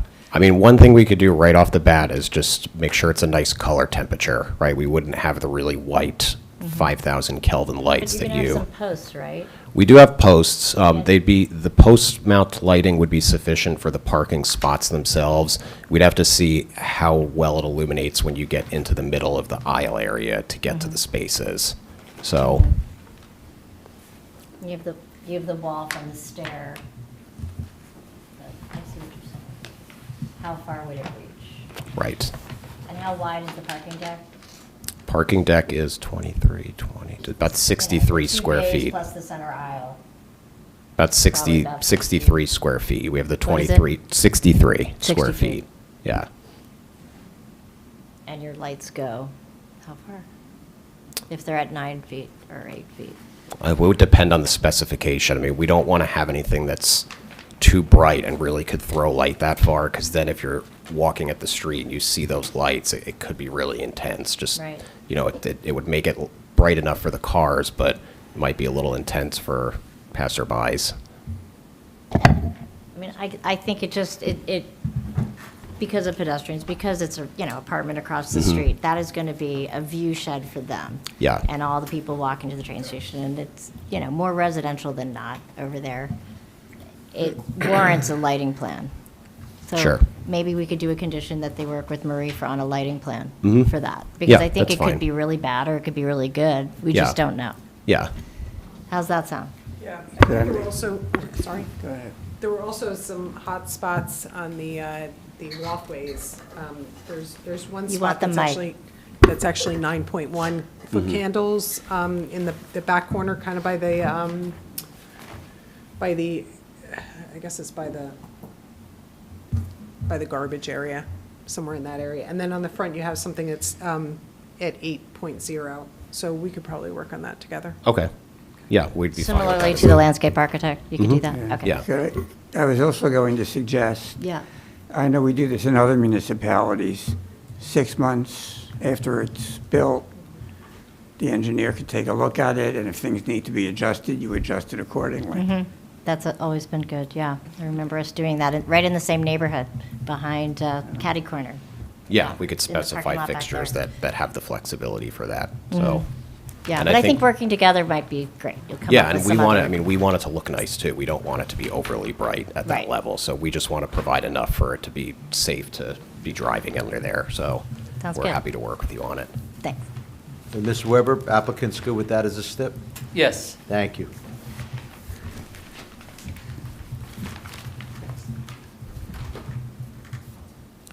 We're done with lighting. We're done with lighting.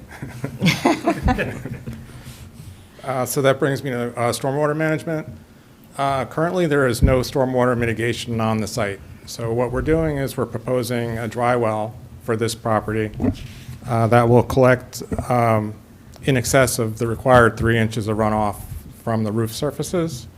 We're also going to be collecting some water from the lawn areas, and that will be piped to a dry well, which will be underground, not visible from the street, and basically towards the intersection area. In addition to providing the dry well, the project actually does remove an additional net 2,500 square feet of impervious coverage. So there will be a significant decrease in runoff associated with this development. We will be providing required testing to the engineer, and any of the construction of the dry well would be done in accord with the New Jersey best management practices. I think that's briefly what I have for you. I'd be happy to answer any questions you have. If I Have- can, oh. following up on the fire lane, Oh, is yes. there accessibility around the building? And could you describe it for the board? Certainly, you can't drive a fire truck around this building.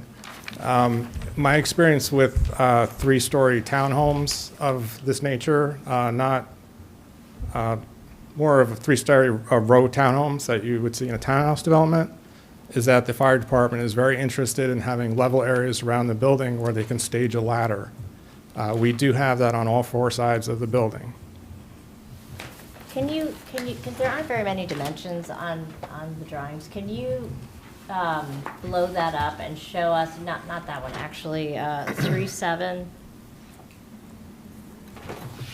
And show us how there would be adequate fire safety access around this building as designed.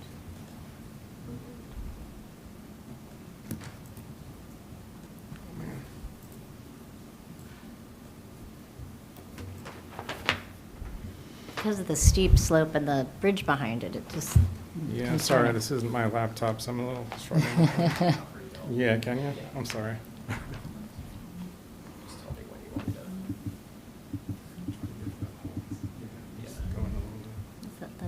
That's not this one, is it?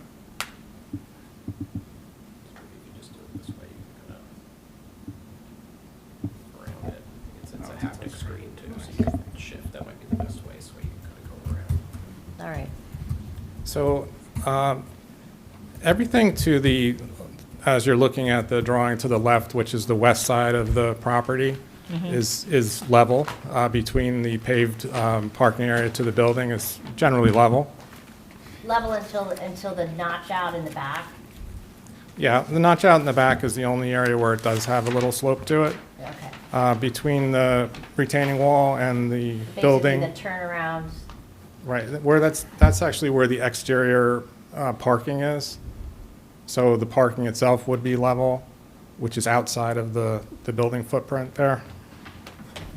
So when you're looking at, and I think you're looking at sheet 2 of 7, not 3 of 7. I'm looking at 307, but yeah. Let me try to get there. I don't know if 3 of 7 has that shading, which highlights the fact that you can see where the building is. 2 of 7, if I may, Madam Chair, Yeah. has a gray area, a shading that demonstrates the extent of the building.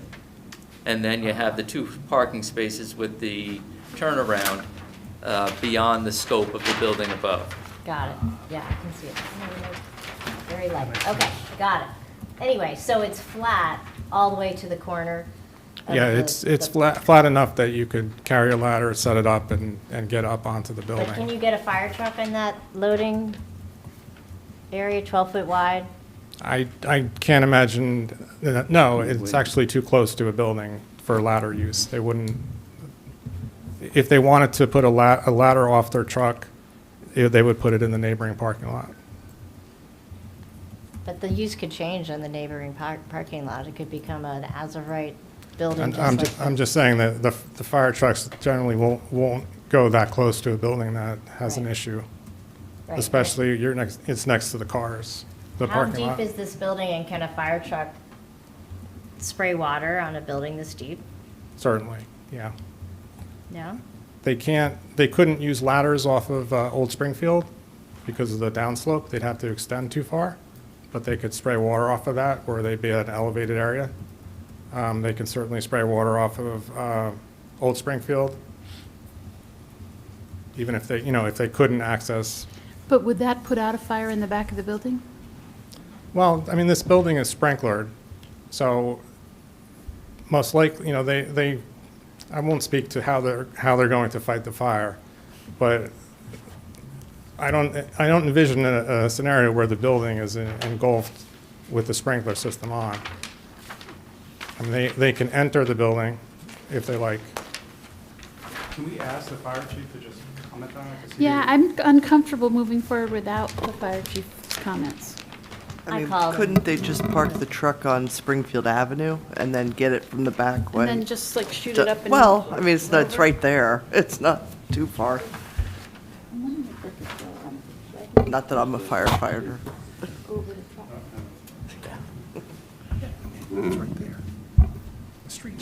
It's worth a discussion of people's comfort level with what's proposed. He didn't make comments. so- Yes. Fire truck, Sorry? the fire chief didn't make comments. No. Yes, that's a problem. No. Sorry, got it. But also, our witnesses can say, is this going to meet fire code? Can a fire truck Reach. reach where it needs to reach? They should be able to tell us that. I think that we should have that information. More information. Yeah. Agreed. I feel the same way.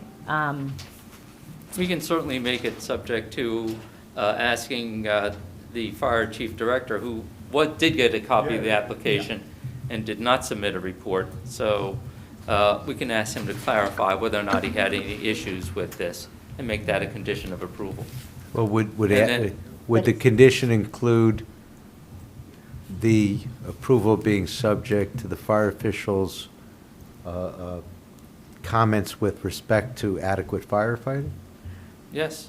Okay. It would have Not just to. asking them. Right, because But if he says, complying with I his- need what he more says. room on the Yeah. loading dock side, then your building might have to shrink a couple feet, for example. That's For just an example. example. If that's what and you could still get 6 units, you could still do all your programming, but maybe if it doesn't have proper access for fire safety, we might have to make those changes. And you're comfortable with that condition? Is your applicant comfortable with that condition? In other words, by having, I mean, otherwise, I think a lot of us are not comfortable going forward, so, what would happen, I think, if I could speak, is that there would be a deferral of the hearing tonight. The request would go to Chief Evers if he could now formulate a reply. The reply could be, I have no concerns, or... So, right now, he did not submit a report. We cannot assume as to what he meant by not submitting a report. And what the board is asking is, if we make the approval conditioned upon his report, that if he says, oh gee, I need to take a look at this closer, then the board, I think, would retain jurisdiction, and we'd come back into the board. with modifications based on whatever he says, yeah. And Well, subject- to be fair to the chief, he always sends a report, so there must have been something unusual. Yeah, A well-designed plan with plenty of room around it. right. Okay, so how do we phrase that? Well, there's different ways you could do it. If you're comfortable and the applicant's comfortable, they could stipulate to whatever he says in advance. It's sort of a blank check, if you will, to the fire official. Alternatively, we can make them come back another night. That's what it to sounds like finish. you want to do, based on. They're The both- first one, have it stipulated to what the fire chief says. So if the You're fire willing chief to is do accept- that? Okay. If he's So acceptable then the of board could this- actually grant approval tonight, subject to their complying with whatever the fire official requires. Okay. But Which let's would say mean that it's- we it's- wouldn't have time to review his report to You- see you- if there was anything You'd be we deferring saw. to the fire official as Yeah. the expert. Okay. And if he requires it and they're willing to do it, if you're comfortable with that scenario, you can go ahead and approve it tonight. Or if you intend to approve it. As a practical matter, that's great, and that's great for the applicant because he can go forward. I prefer that. But can I ask the architect something? As a practical matter, if he says there isn't enough room for me to get around this building and you have to shrink it, then we don't see that new design? No, I think then they come, they come well, they either shrink their building or they have to come back and say, hey, we So want to you- modify that condition. We don't want to shrink it and the fire officials, or we have an alternative. We'll do this instead of shrinking the building. And we And then don't I'll- see that version. No, then they would be coming back with whatever that alternative is. You would be seeing. Okay, okay, good. If I can, I think if it was a significant alternative. So if it's less, if it's, I want you to put gravel in the back and something that I along can those get- lines, and I can access. then it's not significant at that point. However, if And it's it not turns out flammable. we're moving everything and really creating a true fire lane and ending up with If a, it results in a change to the size of the structure, that's probably significant enough To come back.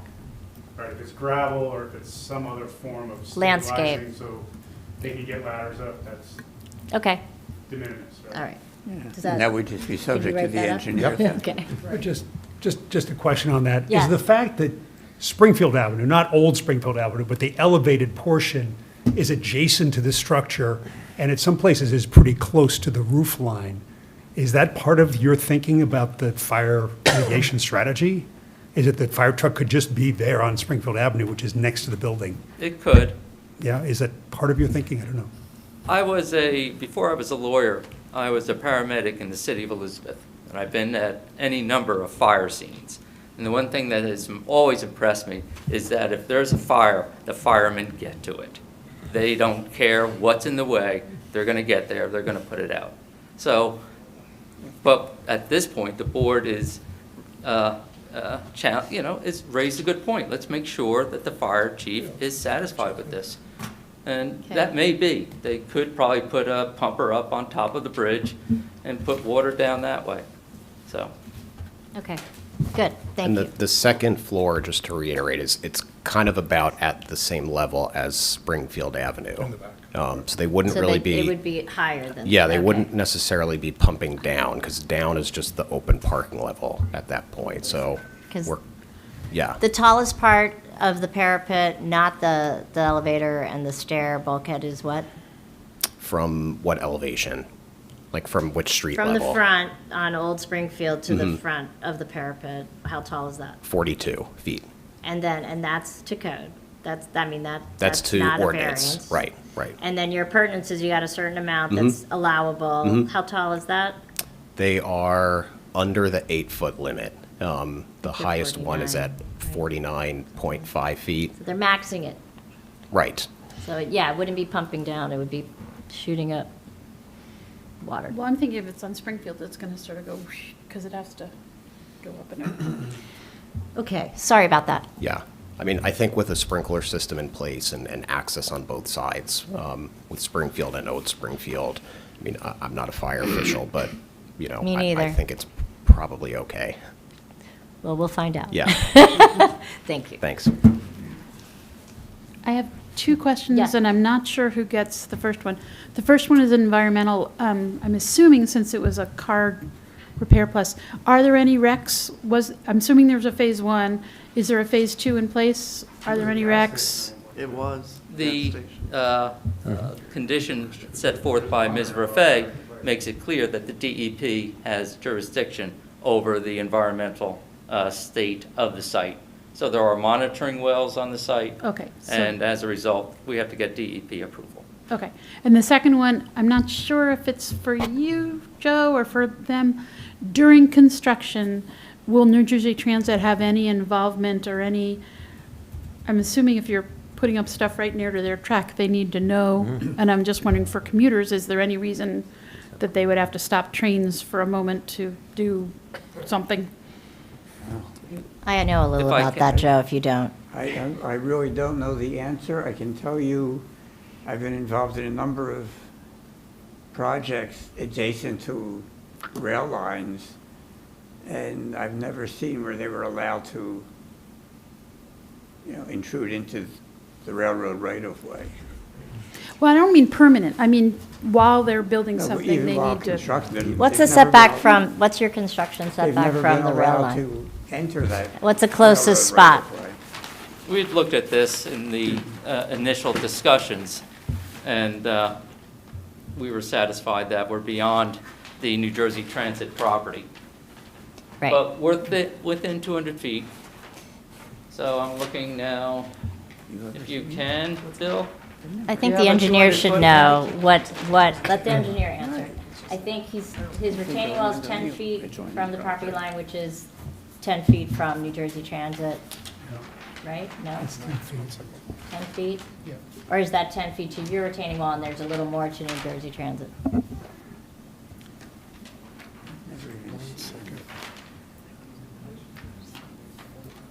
Word to the wise, you want to be 15 feet, because if you are, this is what I remember, and you should double check, but if you're within 15 feet of their property line, not up to their property line, you need a flagman, you need so many people involved. Stay 15 feet away from the property line. But what is your construction? Well, we have Lot 4 between us and the railroad right-of-way, where the tracks would be. Lot 4 is where that pedestrian walkway comes through. Can you expand it a bit for the board? Just where does your work end and where does New Jersey Transit start? We have some minor grading about 6 feet off of our rear property line. And how close is that to New Jersey Transit, to answer Ms. Bowen's question? Uh, Can you help them expand it? Yeah, I'm trying to get to the, Because Lot 4, how Lot wide is 4 Lot 4? How wide is Lot 4? I would say to the property line of New Jersey Transit where the actual train tracks would run is Right. probably, we're 25 feet, give or take. Their right-of-way is where you need to be Yeah. measuring to. Well, But it sounds like you're well over 15 feet, which is good for you. Yeah, I know what you mean. And Yeah, it's a once you get nightmare. within 15 feet of their property line, it's a whole nother level of effort and safety. So just to be clear, the engineer's testimony is there's at least 25 feet between the New Jersey Transit right-of-way and where you will be constructing, including the minor grading 6 feet off the property line? There's at least 25 feet, is that your testimony? Can you scale? Do you have a scale that you can Yeah, see use how that wide instead. Lot That'll 4 be is? easier than trying to use the computer.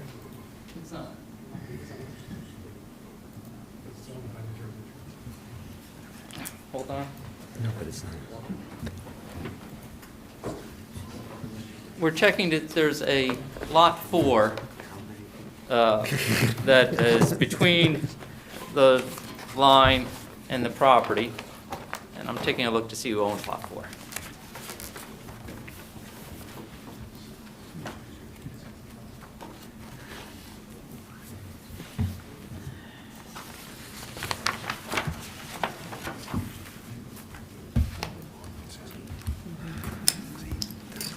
Little sliver of property between the railroad track. What's the block? 798.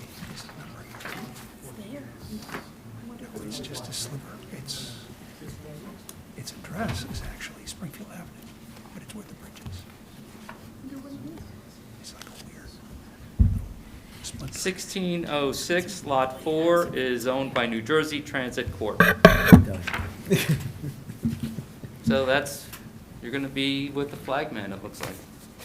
Because Lot 4 is recognized as the stairwell down, right? Lot 4 is owned by New Jersey Transit. It's not the lot which contains the tracks, but it is their walkway. So it sounds as though it's going to be something that New Jersey Transit will have an opportunity to be heard. They were given notice. Or you may want to modify your parking lot. Isn't that where you're talking about? Where your parking lot is?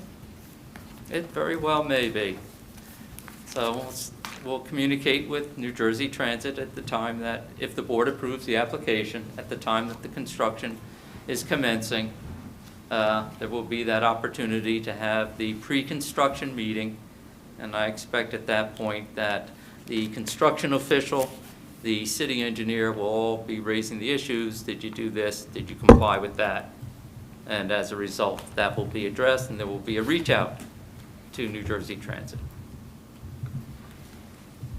Your choice. Okay. Anything else? Marie, do you have anything to say about this? I have some engineering questions, sure, that I just want to clarify. Thank you. You went through a lot of my information on there. You are combining these lots as part of this application, right? Yes. So you'll be submitting that to the county with a lot line adjustment? Yeah, I guess it would be a subdivision or a combination by deed. Okay.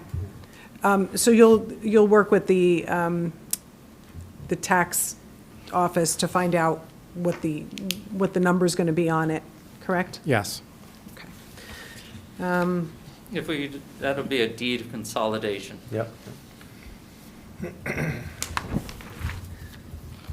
Will you be placing a stop sign or a stop bar at the You exit? had a stop sign and stop bar and the additional ADA signage that you had mentioned. Great, Yes. thank you. I did look over the stormwater design, and I'm satisfied with the stormwater design, just to make sure that you're going to you have enough volume for any surface runoff. for Yes, the we'll yard do that. inlets. Great.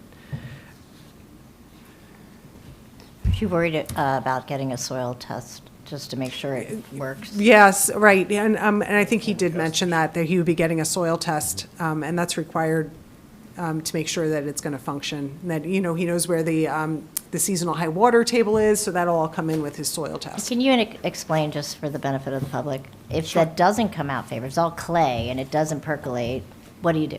Well, he'd either have to modify his design, or he'd have to maybe find some other way of managing the water on site, maybe some rain gardens or some other kind of system. So when that test comes in, you're in consultation with them to come up with a new plan, Right. if need be?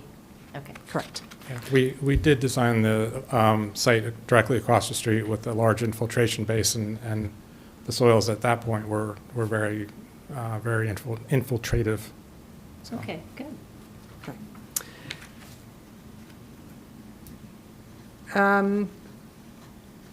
Can you make sure that you put some site triangles at the exit, and make sure that there's no landscaping that will be encroaching onto those site triangles? Yes, we'll get the site triangles onto our site plan, and then we'll coordinate that with the landscape architect.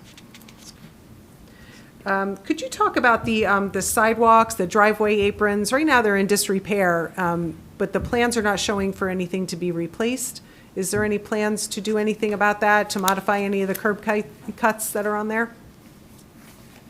Well, the curb cuts on our property that are not used would be restored to full height.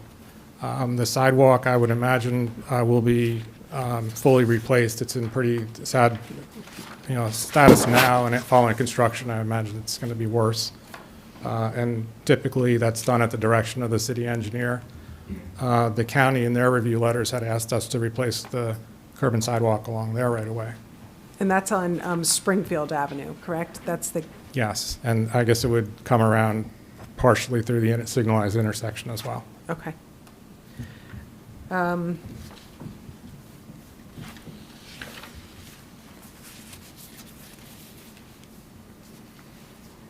And have you gotten any will serve letters for the water and sewer on site? Or is that part of your post-application? I don't believe we have any letters yet. Okay. no. So that'll just be part of what you do? Yes. Conditions subsequent to approval, should the board so grant approval. Correct. That's all I had. Thank you. I have one other question that I forgot to ask. What is the appearance of the fence that's going to be on, and the appearance of the retaining wall? The fence is going to, well, I am proposing a black metal fence, open, thin spigots. What's the name of the company? Do you have a cut sheet with of Jareth? it, or a photo Yeah, of like it? it's like a Jareth Regency fence. They have like a commercial grade of that. I don't have that for you right here, but we can provide that. Okay. To whom, and who could approve that? Joe, would you Yeah, we be? can do that. Okay, That'll be another condition. yeah. And if he doesn't think it's acceptable, then you have to come up with another fence. Of course, sure. Okay. Yeah. Good. And what's the wall cladding or wall material? It's You said it's going to look like the building. It's going to be a brick clad in stone. wall? correct? Yeah, Brick? we would clad the actual Great. structural part of the wall with brick veneer that matches the building. That's good. Okay. Are we good?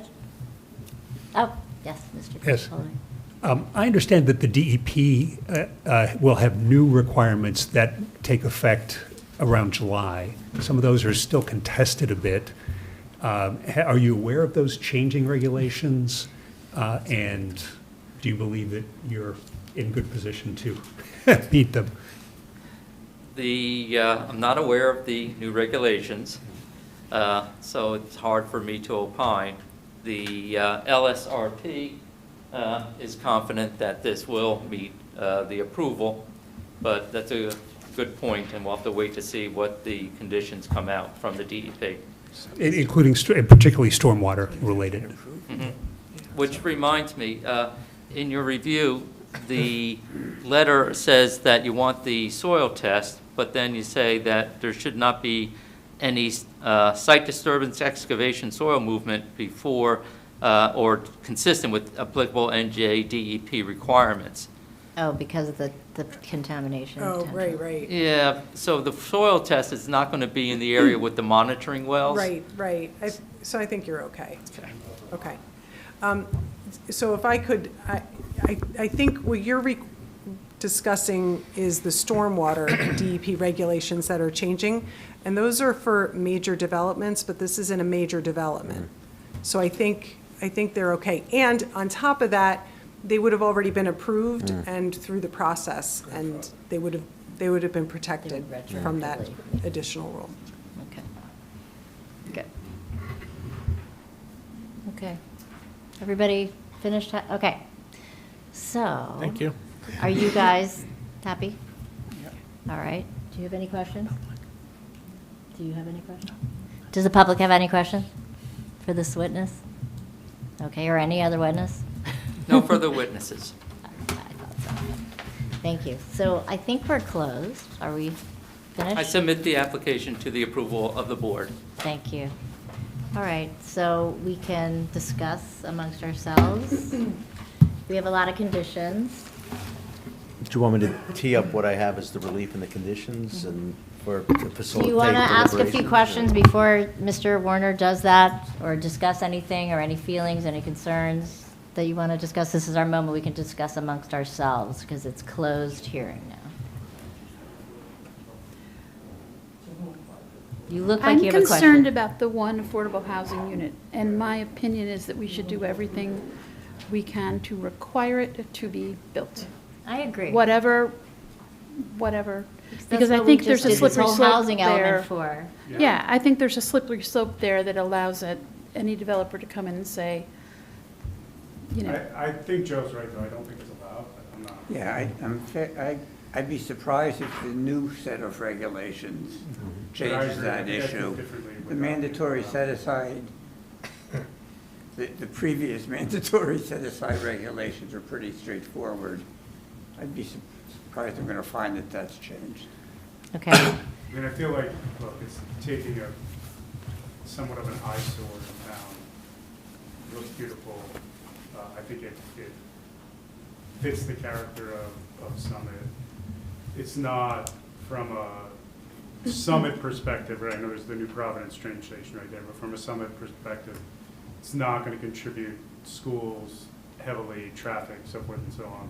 But I think I would feel differently without the affordable housing unit, especially after everything that we just went through over the last 18 months. right, right. We're trying to incorporate the housing units into existing, new developments. So that's the goal. I agree with both of you, if there's a way to, But I'm also happy to let the governing body decide that, because I think we all know what needs to be. they're welcome to do that, but I'd like to Yeah, approve it with the unit and let them, yep. yeah, agreed. PJ, do you have anything to say? I mean, I'm a little bit concerned by the overall scale of the building, just because, and again, I like it for the town, I like it for the site. You know, I appreciate that the overall lot coverage is lower because of the variance that they're applying for. It just feels a little bit kind of impactful, but again, compared to what we have right now, I also think it's a net positive, but,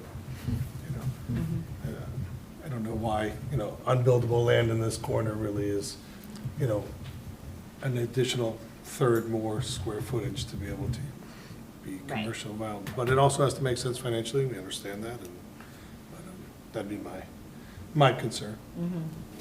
Yeah, that's what makes it a little tight all the way around. Right, and the Is fire that they're chief going and all- for, just remind everybody, because Mr. Weber's really good at describing things the way he does. It's a third larger. 10,000 square feet's allowed. They're doing 15,000 square feet. So that is quite a bit bigger than what's allowable. So that's a big variance. And that's why it feels a little tight on the lot, like PJ said. On the other hand, I think that it is a net positive overall from what's there. It's all impervious cover right now.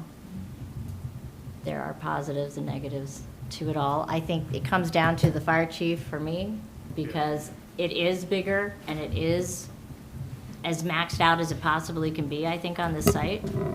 So to me, it looks like it might be tough to fight a fire on the site the way it's designed. But if he finds that it's okay and he can fight a fire, and then I can get comfortable with it, especially with all the conditions we've put in there. So shall we go through the conditions, Mr. Warner? If I think it'd be prudent to go through the relief and the conditions to make sure we have all Okay. the relief correct and Okay. and agreed to in that order. And I apologize, but maybe, if I may, can Mr. Burgess, we have something called building area here, and that's technically different from floor area ratio, Yes. which, as we all know, would require a D4, D4? Yeah, D4 variance from the zoning board of adjustment if it were a floor area ratio deviation. So could you just briefly explain the distinction between building area and floor area for that ratio, for that purpose? Well, floor area ratio is actually defined in the municipal land use law, and it's specifically just the ratio of lot size, or floor space to lot size. So if you have an FAR of 25%, and you have a 40,000 square foot lot, you'd be allowed 10,000 square feet of building area, just to give It's you a not sense just, of it. it's not just out, but it's also up. Yes. Building area is just the amount of floor space you're entitled to in a building. Now, in the zone, you can have more than one building on a site, so theoretically, they could have broken this up into two buildings, maybe not gotten their 14,800 square feet, but something close to that anyway. Now, I know those who have been on the board for a while, they've often heard me talk about how in the end, planning is a balance of competing interests. And I think some of you already touched upon that we've got a site that's been looking like the way it has for many, many years, hasn't offered much in the way of any amenity to the community or any positive feature to the community. And I think you can balance that against all the positive things that you've all started to discuss and comment upon earlier tonight. So when you look at it in that context, when you look at it in that context, I think you could come to your own conclusion as to the public benefits that may accrue from here, irrespective of the large number of variances that are being requested, which we'll get into in a moment. And, some of the other issues that we talked about. Probably critically is the issue of affordable housing, because if this building were to be required to be shrunk to the 10,000 square foot size, you'd probably lose two units. And at 4 units, they wouldn't be providing any affordable unit on the property. The mandatory set-aside ordinance requires 5 or more total units, correct? Correct. So that, after all that we went through, as Mr. Starr pointed out, over the past 18 months, I think that's a critical element to consider. In terms of the variances that are required, it's my understanding that there's, and they're spelled out on page 5 and 6 of my memo, to make it simple. Oh, I have my handwritten notes. Go ahead, I'll check you. Go ahead. Okay. Maximum building area is 1.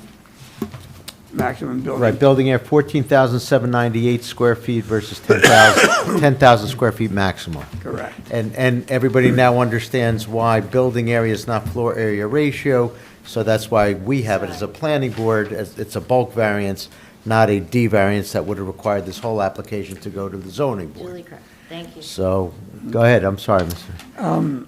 Maximum building coverage, the code permits 30%, they're at 36%. To 30%. The testimony related, suggested that in large measure, that variance is a function of the terraces being provided on the site. The maximum illumination at property lines, there's a slight overage, you're allowed 0.1%, they're at 0.2 in certain instances, and you heard where the overage is in terms of adjoining parking lot for the most part. I could say visually speaking, I don't know that, well, a lot of us are wearing glasses, I see on the board, but I don't know that anyone would recognize the difference between 0.1 and 0.2 in terms of actual impact on a property. In terms of the lighting height, you heard in large measure it's a function of the slightly higher than average height of the first floor. In terms of an aesthetic enhancement, if you accept the argument that they made, that having that additional height necessitates having the lights on the wall a little higher. The deviation is 10 feet tall versus a maximum of 8 feet tall. They The said load- actually 12 feet underneath the ceiling, so. There's the loading setback variance. You're technically allowed, or required to have 5 feet. They have 2.5 feet on that one side. And then there's the loading space dimension. The code technically requires for loading spaces everywhere, whether it's an industrial zone or a retail commercial area, 12 by 60. That's designed to accommodate tractor trailers. Buildings of this type don't need 12 by 60. 12 by 30 can accommodate most conventionally sized U-Hauls that would likely serve this building. So I think you could factor that in. The roof pitch, the code requires a 4/12. And I think, knowing the area, I'm sure everybody does, most of the buildings in the area do not have that. The master plan does talk about trying to create structures that are compatible and complementary to the established character of the developed area. And I think this height, sloped pitch is more consistent with what's in the neighborhood. And then there's the steep slope disturbance issue. We have 15% disturbance. You're allowed up to 1,000 square feet. They're at 4,000 square feet. But it wasn't mentioned in the testimony, but in the documentation that was filed, they did point out that this is really a function of man-made slopes. Right. And it was an existing condition. From the road, So right. you could factor that in. I think that covered the variance relief. And I think there may be, correct me if I'm wrong, an RSIS waiver for a 23-foot wide, de minimis exception, for a 23-foot wide drive aisle. I believe the minimum required is 24 feet, is that correct? Correct. Thank you. So that technically would be added to the deviations. And one more, Oh, thank you, sir. the fence on top of the retaining wall. Yes. Fence on top of retaining wall. Okay, so that, so we had a retaining wall. I guess we didn't have a retaining wall. Okay, on top of retaining wall. And so the total height would be, You're permitted 10 feet, and this will be 9 plus 4. so 13 versus 10. And the 2.5 side yard in the loading dock area versus 5, did you say that? Oh, yeah, he said that one. You did That's the that? loading Okay, area, okay. yep, setback. I'm looking back at my. So we have 9 variances and 1 RSIS waiver. And then I'm sorry. No, I was just going to say, it really wasn't touched upon in testimony, but in terms of the negative criteria, it's a two-pronged test. You have to show there's no substantial detriment to the public good and no substantial impairment to the intent of the master plan. In our memo, we identify a whole host of goals and objectives that are being furthered by this application in terms of providing a variety of housing types, addressing affordable housing need, and encouraging enhanced character and aesthetic appeal to a site. I don't think anybody would disagree with the fact that this is an improvement over the existing condition. There are other goals and objectives which he also highlighted, but I don't have to go into that in detail. And I think the other prong of the negative criteria, that had been addressed through testimony. Thank you, Joe. So that's the relief sought. The conditions of approval are all those because they stipulated to them as set forth in the various reports of the board professionals and staff. They'll do a lot consolidation. They'll do a soil conservation district application.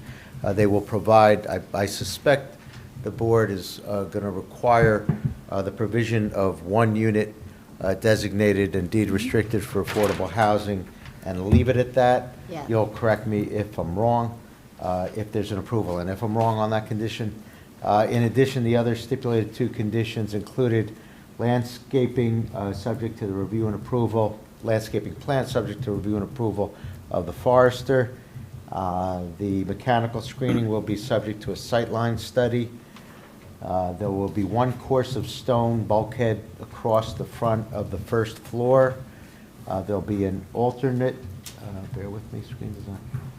Alternate finished wall screen design to screen cars and lights on the ground floor. That was I think that was the enclosure, or the fencing, the screening. The screening. It would be denser. Who would that be subject to I review? think Joe should look at that because he's doing the Okay. fence as well. Thank you. Review and approval of the planner, compliance with building design standards, architectural standards. There will be, subject to that, increased screening studies, bear with me, got that one already. No sound amplification was stipulated to, as well as no e-bike storage in the Building. basement, which would actually really be the building in its entirety. Did you get the EV charging? The EV chargers, never I talked think about are on the it. plan, but there'll be a condition of approval as well. Lighting plan subject to the review and approval of our engineer, including, I think I heard a subsequent light study and appropriate modifications if necessary. Yes. Post-construction. Also subject to review and approval of our fire official and compliance with his reasonably required conditions and modifications for adequate firefighting. There will be a stop sign, bless you, stop sign and/or stop bar at an ADA, even I can't read my own writing, ADA something. The ADA. Compliance. Yeah, Isn't there a stop sign at the entrance? yeah, ADA Yeah, something. you had said that. Jeez, I can't even read it. I'll come back to that. I have the lot consolidation. I have the site triangles at the exit with no landscaping encroaching. Sidewalks and driveway aprons will be fully Is replaced. that the parking? The apartments will have, ADA, is that what that is? no, I don't know what it was, but I'm going to remember it. And the appearance of the fence will be, while it's proposed to be a Reviewed by black Jim. metal fence and open, it'll be subject to review and approval of Joe. our planner.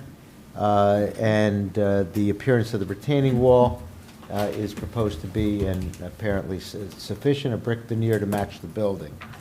And there was an ADA I ramp? feel like, I feel like it was the stop sign and the line, and he said that the sign for ADA would be. ADA signage? Yeah. ADA signage, that's, I couldn't read. ADA signage, I'm sorry. Which is standard. The only, Am I missing any, and again, I included in my reference, by incorporation, all the comments set forth in the various reports. yeah, but the architect has said that, and correct me if I'm wrong, that he'll turn the stairway inside the parking lot, so it doesn't lead directly out into its driveway aisle. Oh, that was in Yes. the notes, yeah. I don't know if you were gonna change it though, were you? We're going to look into I'm sorry, you're gonna have to come up because. Yeah. We've already started looking at that since we received the staff comments on how to make that door just exit onto a landing rather than onto the 23-foot aisle. So we're comfortable putting that in as a condition. Okay. So the staircase will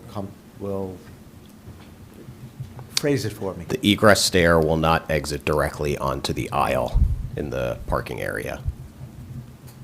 Nobody Okay, and it'll be up, but rather to a landing. Okay, got it. got it. Great. Okay, any other conditions of approval? Anyone? Ferris Bueller? Anyone?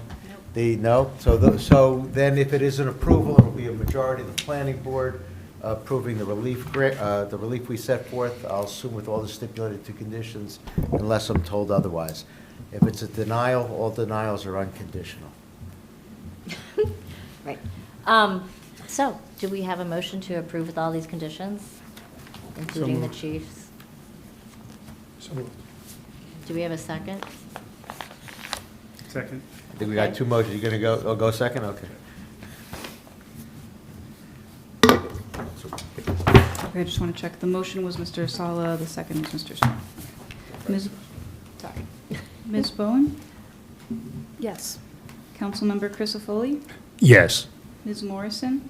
Yes. Mr. Sala? Yes. Mr. Stern? Yes. Mr. Golden? Yes.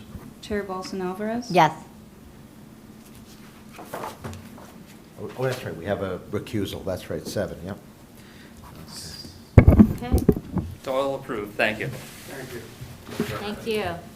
Thank you for coming. Do you want to take a break? 5-minute break.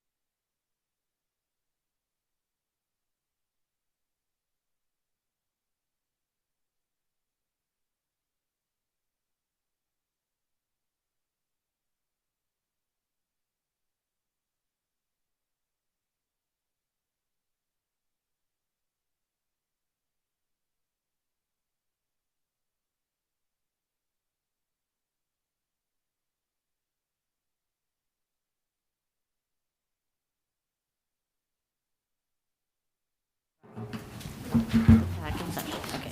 Gotta get order. If I could just introduce Mr. Rosen. Actually, before we do, should we call the case? Yeah, Call the case? Okay. yeah. On the record? Okay.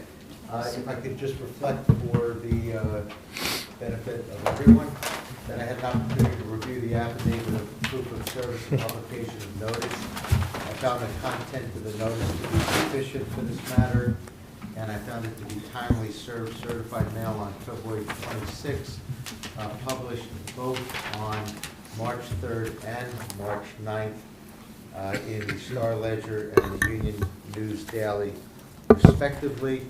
And we have confirmation of not only the certified mailings, but there was a affidavit on the record confirming that the neighbor at 65 Essex Road personally delivered notice to the 200-foot neighbor at 62 Essex Road.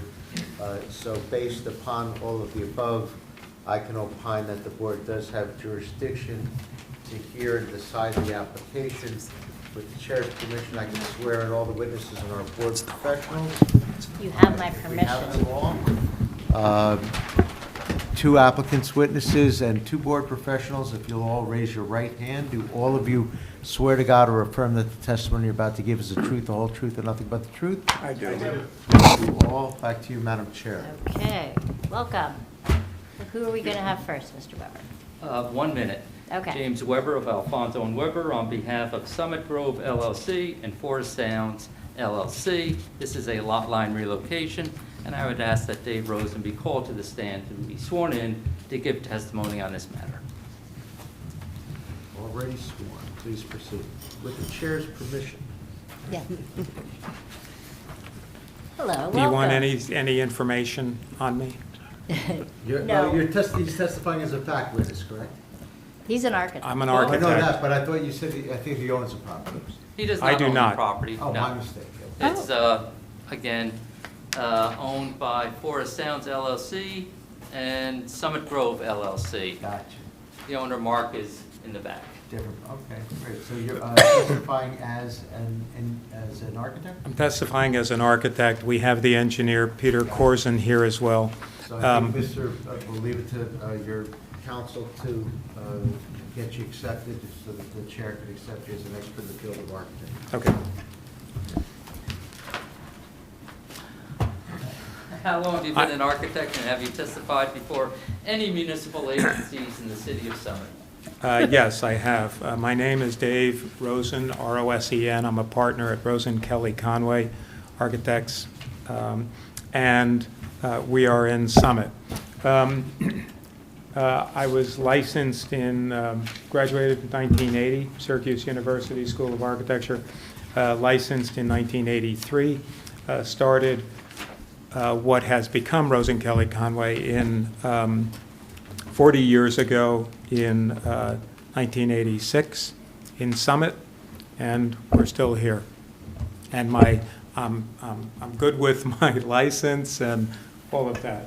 I have testified before a lot of boards, just to keep it sort of local.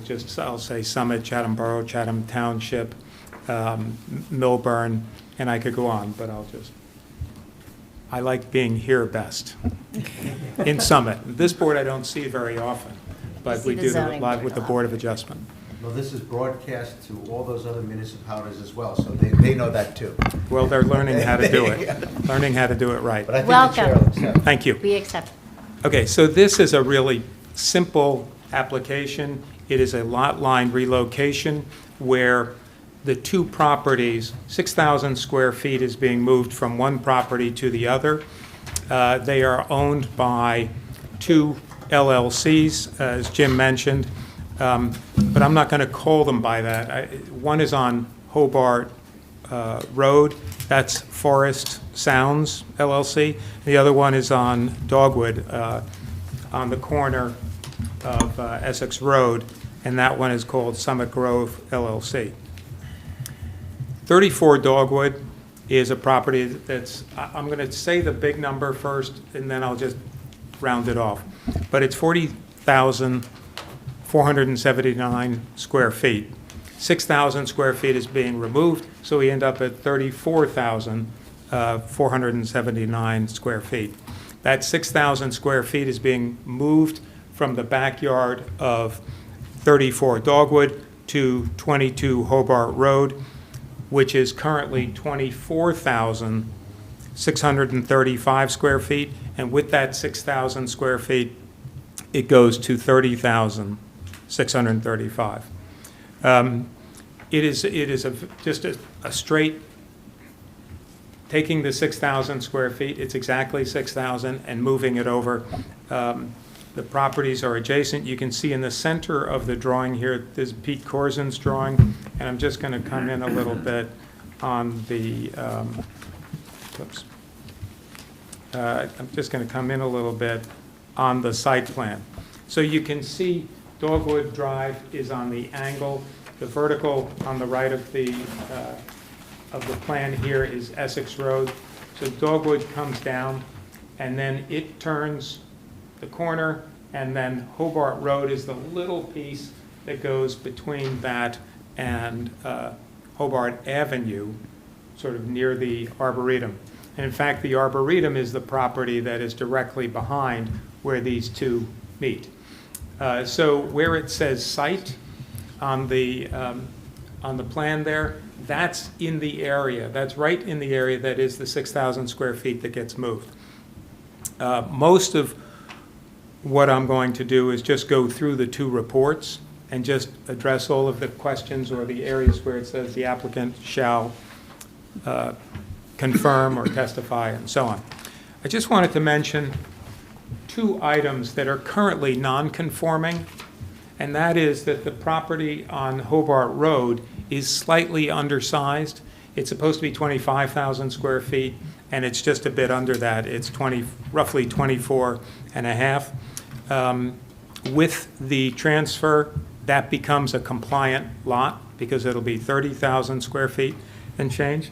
And not only is the property a little bit smaller, but it's also slightly over on lot coverage. The limit in the R25 zone for lot coverage is 30%, and this is 30.67. With the transfer of the property, it becomes a lot coverage of 24.66. So it's well into conformance.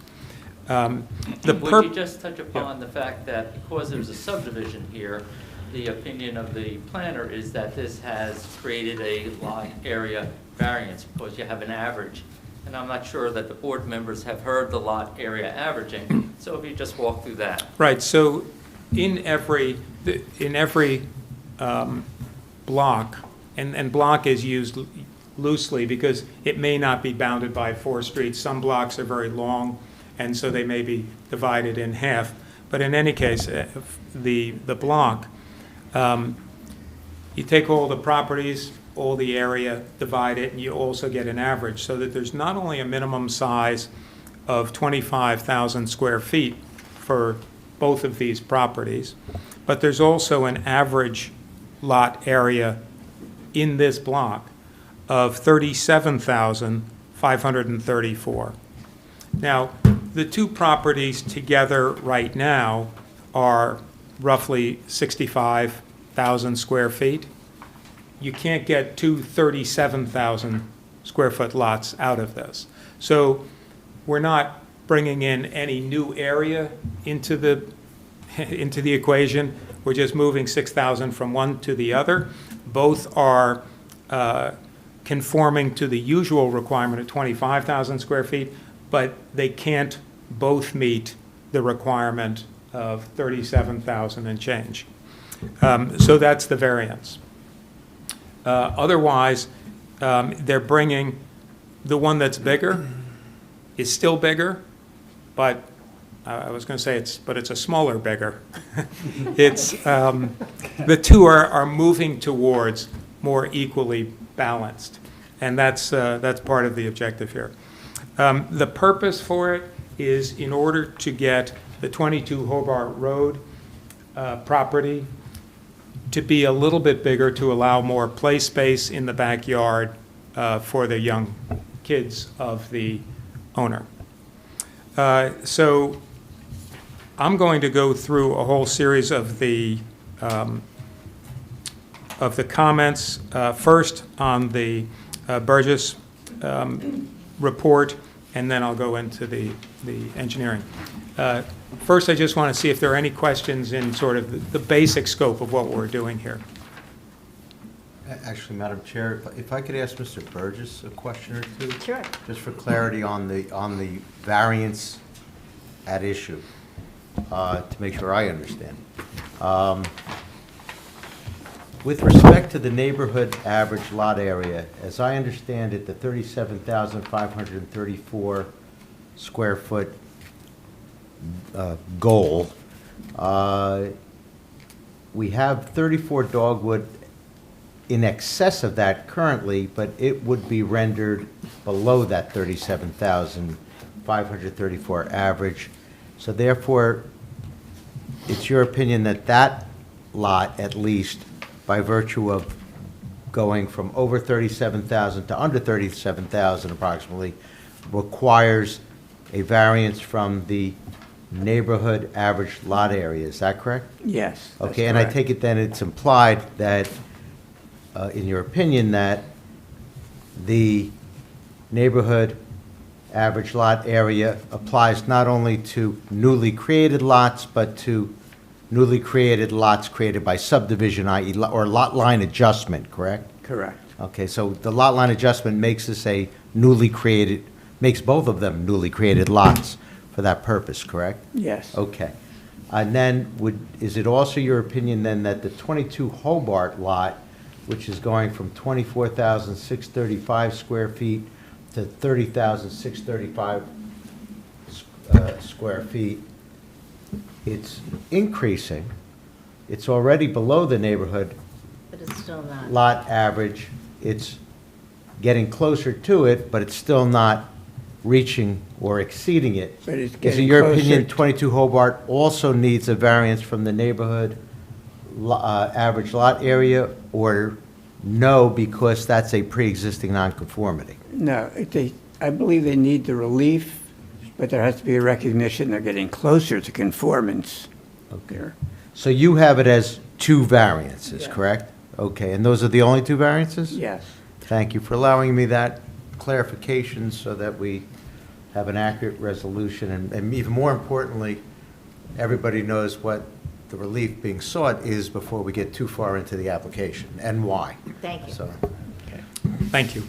And I just wanted to add to that, that there are two existing variances that are being removed. And they're- eliminated nonconformities, yep. Right, right. The lot size of the smaller property, the 22 Hobart Road, and the lot coverage, which is a bit in excess. Which presumably will be part of your benefits substantially outweighing the detriments arguments going Yeah, forward. it's unusual to be able to, well, there are a few things that are unusual here, but getting rid of two nonconformities without building anything or removing anything is pretty unusual. The other thing that's unusual is that years ago, they used to ask, whenever we came for a variance at the Summit Zoning Board of Adjustment, they would ask, have you spoken with your neighbors to see if they might be willing to sell property? And the answer was usually that we tried, but almost never could you get that. So what I realized is you have to have the same owner on both properties, and then it's a lot easier to get an agreement. Because most of the time, people don't want to sell their property. Okay, just going through in the general comments, the applicant shall confirm the extent of any proposed improvements and intended purpose for the subdivision. And the intended purpose is to provide more play space for the kids, possibly some reconfiguration of a patio, those kinds of things. We are currently doing a project to finish an attic at this property at 22 Hobart Road, and with a dormer. That has no impact there are no variances for that. All of that is allowable. But, so there is some activity on the property, but we don't have, One. it's a separate thing. That's But it's only on the Hobart property. correct.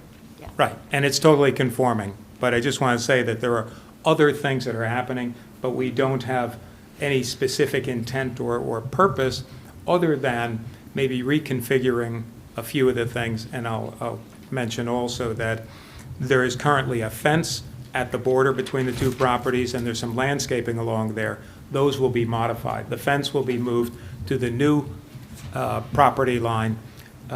Depending on which side of the property line the fence is on now, it will stay on the same property. So it'll stay on the same side, but repositioned.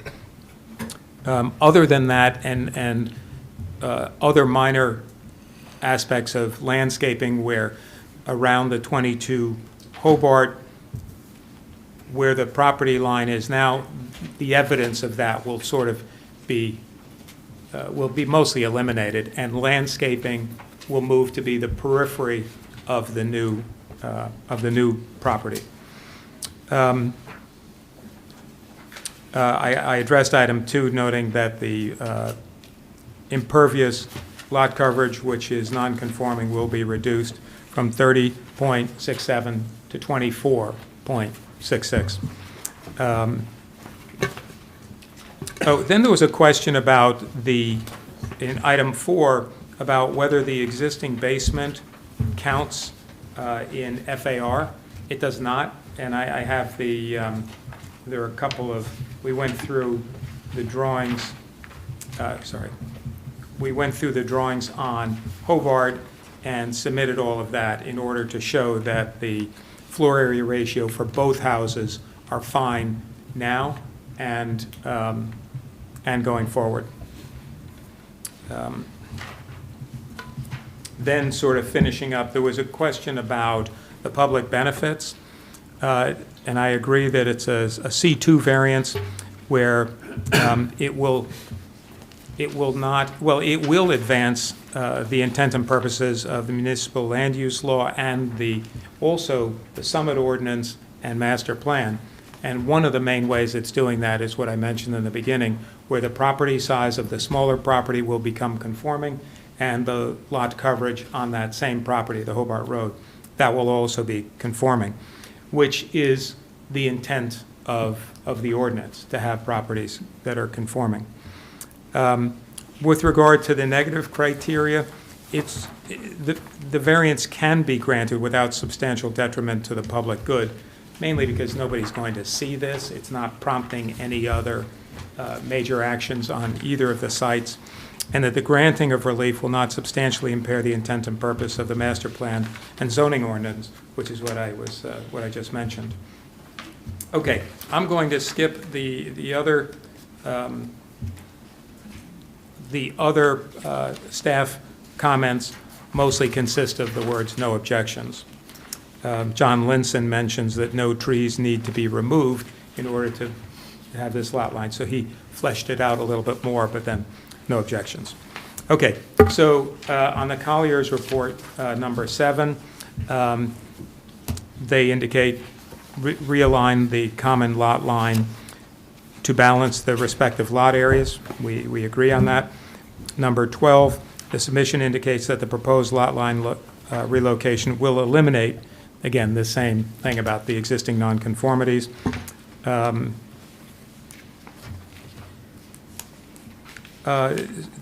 Number 13, the subdivision plan also depicts a proposed right-of-way dedication noted as an 8-foot wide dedication area. This is Hobart. This is about Hobart Road. I'm just going to come back to this drawing.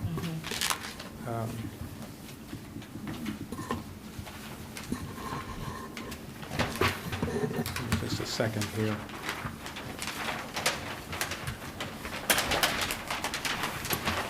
So here, I can come out a bit, but this is Dogwood Drive coming up from the bottom, and then it turns sharp left to become Hobart Road. Hobart Road has a 16-foot right-of-way.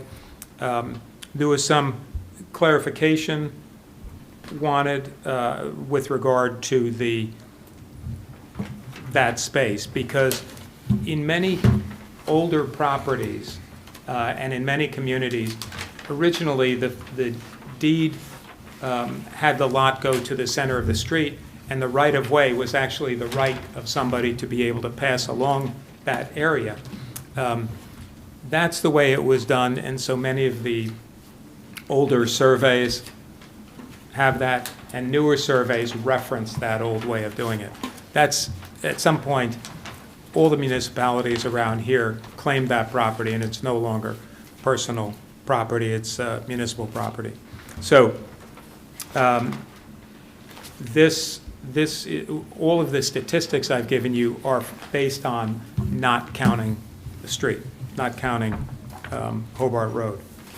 And if anything needs to be done, if the deed or the whatever, if something is not consistent, we'll make that consistent, and that will be appropriately filed with the county and the city, whoever needs to see that.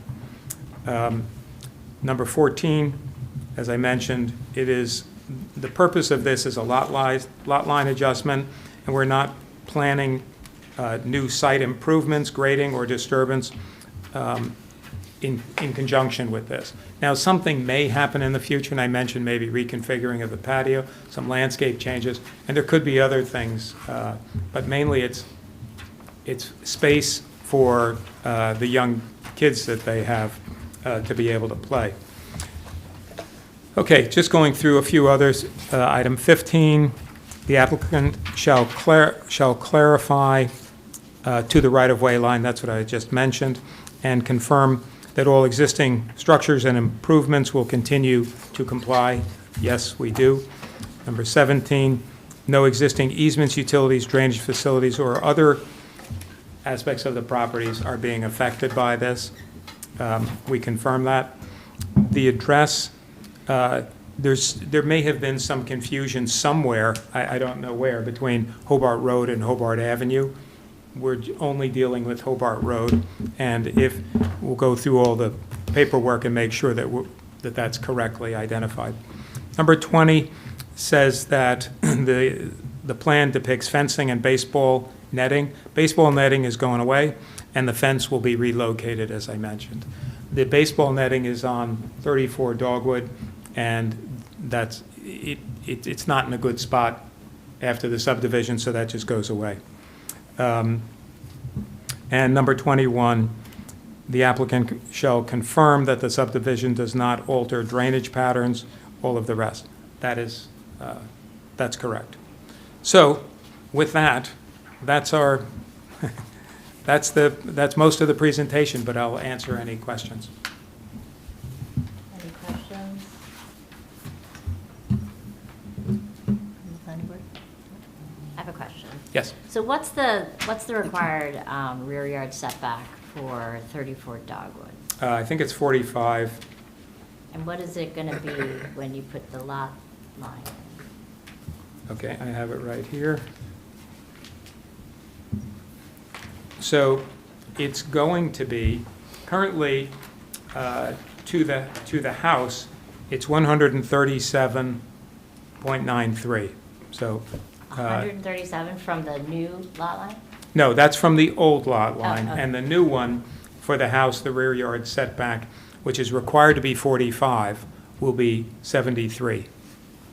And this stone walkway and all of that, isn't that required to be set back too? That's not what you're including, but that's just a couple Well, the more feet, stone but it's walkway still is 68 feet. That, too, is compliant. Yeah, okay, good. 68 And in the proposed. Are there any plans to alter, this is a really nice historic building in a historic district in Summit, as you know, Right. architect design, not your cookie cutter kind of Mhm. house. Are there any plans to alter this building? 34 Dogwood? Yeah, No. because of this lot line change? No, Notice it's an LLC, it's not just Right, the plan Joe is, Smith. the plan is to move the lot line and sell the property at 34 Dogwood, and for the owner of the two lots to just have the 22 Hobart Road property. And do the improvements you discussed, yeah. Yes. Yeah, but nothing, we haven't even had discussions about that house, the house at 34 Dogwood, because the intent is to put it on the market and sell that. It was convenient that that house came up for sale at a time when the owner of 22 Dogwood was trying to see if there was a way that of getting a little more space for the kids to play in the backyard. It looks like it's endless because it goes out into the Arboretum. So there isn't another house visible, but the actual ownership, instead of negotiating with the owner at the time, the owner of 22 Hobart bought the property, and now we're here. Okay. Bonnie, do you have anything to say about this historic property? Oh, I mean, it's gorgeous. And I hate to think what could happen. But I don't know that tonight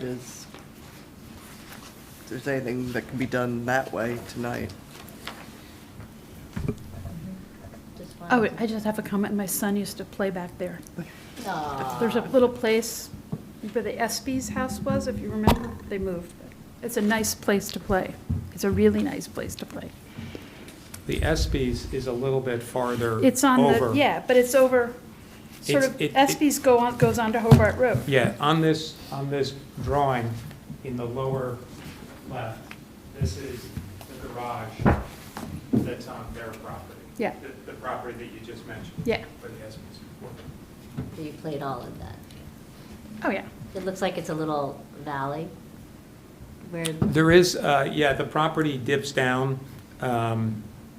It dips down in the area, sort of the back right of the, is that dipping? Yeah, it dips down in the back right corner of the original, of 22 Hobart.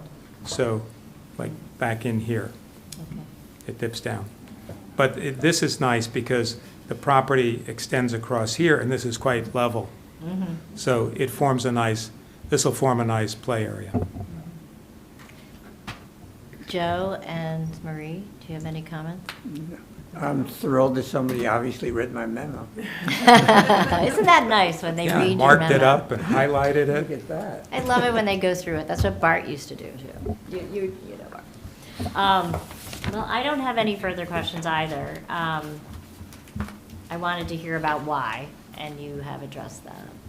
Yeah, I don't know the ages of the girls, but one of them is less than one. One of them was born during the process we've been talking about. Okay. Do we have any public questions? No? Nope. Are we good? Do we want to, sorry? Oh, we have to talk to the engineer? I don't even know if we need to talk to the engineer. Does anybody want to talk to the engineer? Mr. Engineer, do you have anything you really need to share that Mr. Rosen hasn't shared? Covered everything. Sorry? Mr. Rosen covered everything.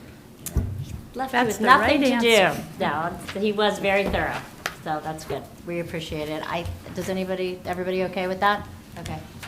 All right, so do we have a motion? Do we want to discuss first? You're submitting on the no summation, We're counsel? done. I We're am. done. 10:25. Yep. I'm- So we can discuss, but it doesn't look like anybody really wants to say anything. I mean, It's a just, lot line adjustment in two neighborhood average lot area deviations, as we discussed earlier. The Yep. conditions are everything set forth in the various reports. I didn't hear anything else.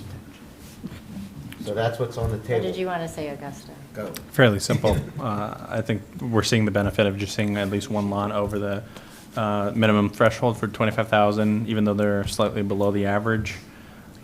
There's no imminent or immediate impact to Right. allowing the lot lines to be adjusted, and it does alleviate one factor, so. And it leaves plenty of room in the back of the other house if they want to do anything back there Yeah, the someday. rear yard, side yard setbacks are Yeah. all well out, so. Yeah, okay. I agree. Is there a motion to approve? So moved. Second? Second. Okay. Ms. Bowen? Yes. Councilmember Crisafulli? Yes. Mr. Dalmasso, Yes. Ms. Morrison, Yes. Mr. Sala, Yes. Mr. Stern, Yes. Mr. Golden, Yes. Chair Balsan Alvarez. Yes. Thank you. Thank you very much.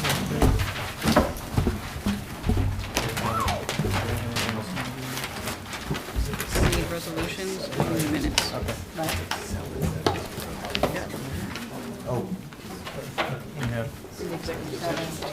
And executive session. The other one's not. They're acquiring that junk, keeping that junk so that the smaller lot. That's theirs. And they're selling. They're selling Yeah. the dog. Oh, This one got chopped off, so that this guy. This one. Thank you. House. Good job on the reports. It makes it so much easier. one owner car?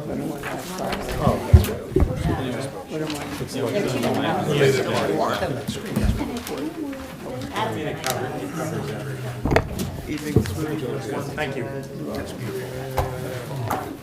Madam Chair, Madam Chair, we got a if we got to conclude some of the items on the agenda. Yes, yes, sorry, I'm like ready to go. Okay. Getting ahead of ourselves. You're right. We have resolutions. Linden Place, that was a motion for minor subdivision approval and variance relief for 268-270 Ashland Road, some lot area, deficient front yard setbacks. The conditions of approval was unanimous. I was not there for this meeting. I did watch it, but I'm going to leave it up to those who were to approve this. So, And I recused. So we have enough who's people? eligible to vote, Jessica? Ms. Bowen, Councilmember Crisafulli, Mr. Dalmasso, Mr. Sala, and Mr. Stern. If someone could give us a motion second and a quick So roll moved. call. Second. Ms. Bowen, Yes. Councilmember Crisafulli, I'm sorry, these are the minutes from last No, week. no, no, no, no. The resolution. Oh, I'm sorry. Linden Place, resolution? Yeah. Ashland Road, Linden Place. Oh, yes. Mr. Dalmasso, Yes. Mr. Sala, Yes. Mr. Stern. Yes. So adopted. And we took care of 4 Parkview Terrace earlier with Mr. Sheehan. And now we're down to minutes. We still have a closed session. Yes. Sorry? We still have a closed session too. We have to adopt For the minutes? No, after that. Okay. No, I'm saying, do we have a closed session? We We do. We have a yeah, short. 5 minutes or less. No questions, less. Do you want to do the minutes next time? No. No.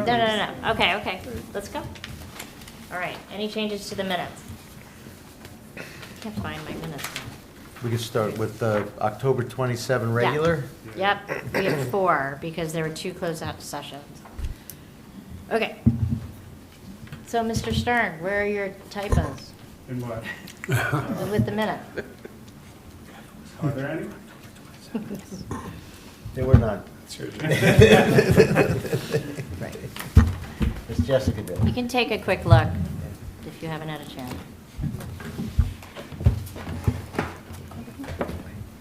So the eligible voting members for October 27th, 2025, for both regular and closed session minutes were Chair Balsan Alvarez, Ms. Bowen, Mr. Dalmasso, and Mr. Stern. Were there any edits? Nope, I don't have any. Could we get a motion to approve? So moved. And a second? Second.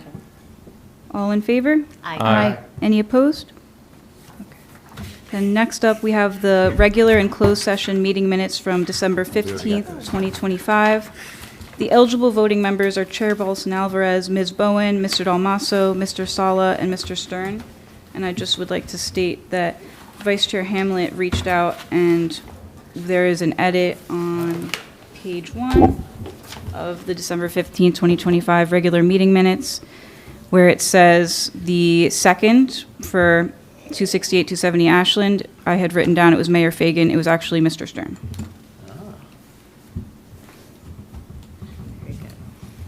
Move to approve the minutes, unless there are any other edits. No. So move. Second. All in favor? Aye. Any opposed?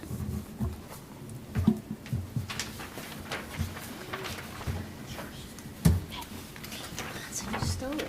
That's fine.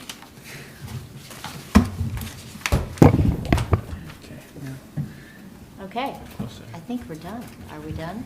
Well, do we have to go We into have to closed go into session? Yeah, closed session. executive We session. could stay here, do a quick motion, and you could announce that You guys there'll be can- no formal action taken. Okay. When we come back in, we'll just be moving to adjourn, so people need not wait. We could just go into Can they quick just, close. Okay, well- can they turn off the television? They You can can turn just off do their it right TV. here. We don't have Yeah, to go that's anywhere else. Okay. Thank you. Have a Thanks, safe guys. trip home. Appreciate your help. Make sure you call into his 5 minutes or less. That's right. No questions, it'll be 3 minutes. That's right, that's right. So do I have to do this for closed session? If you don't mind, close the door on your way out. Do we need a motion and a second? Okay. Yeah.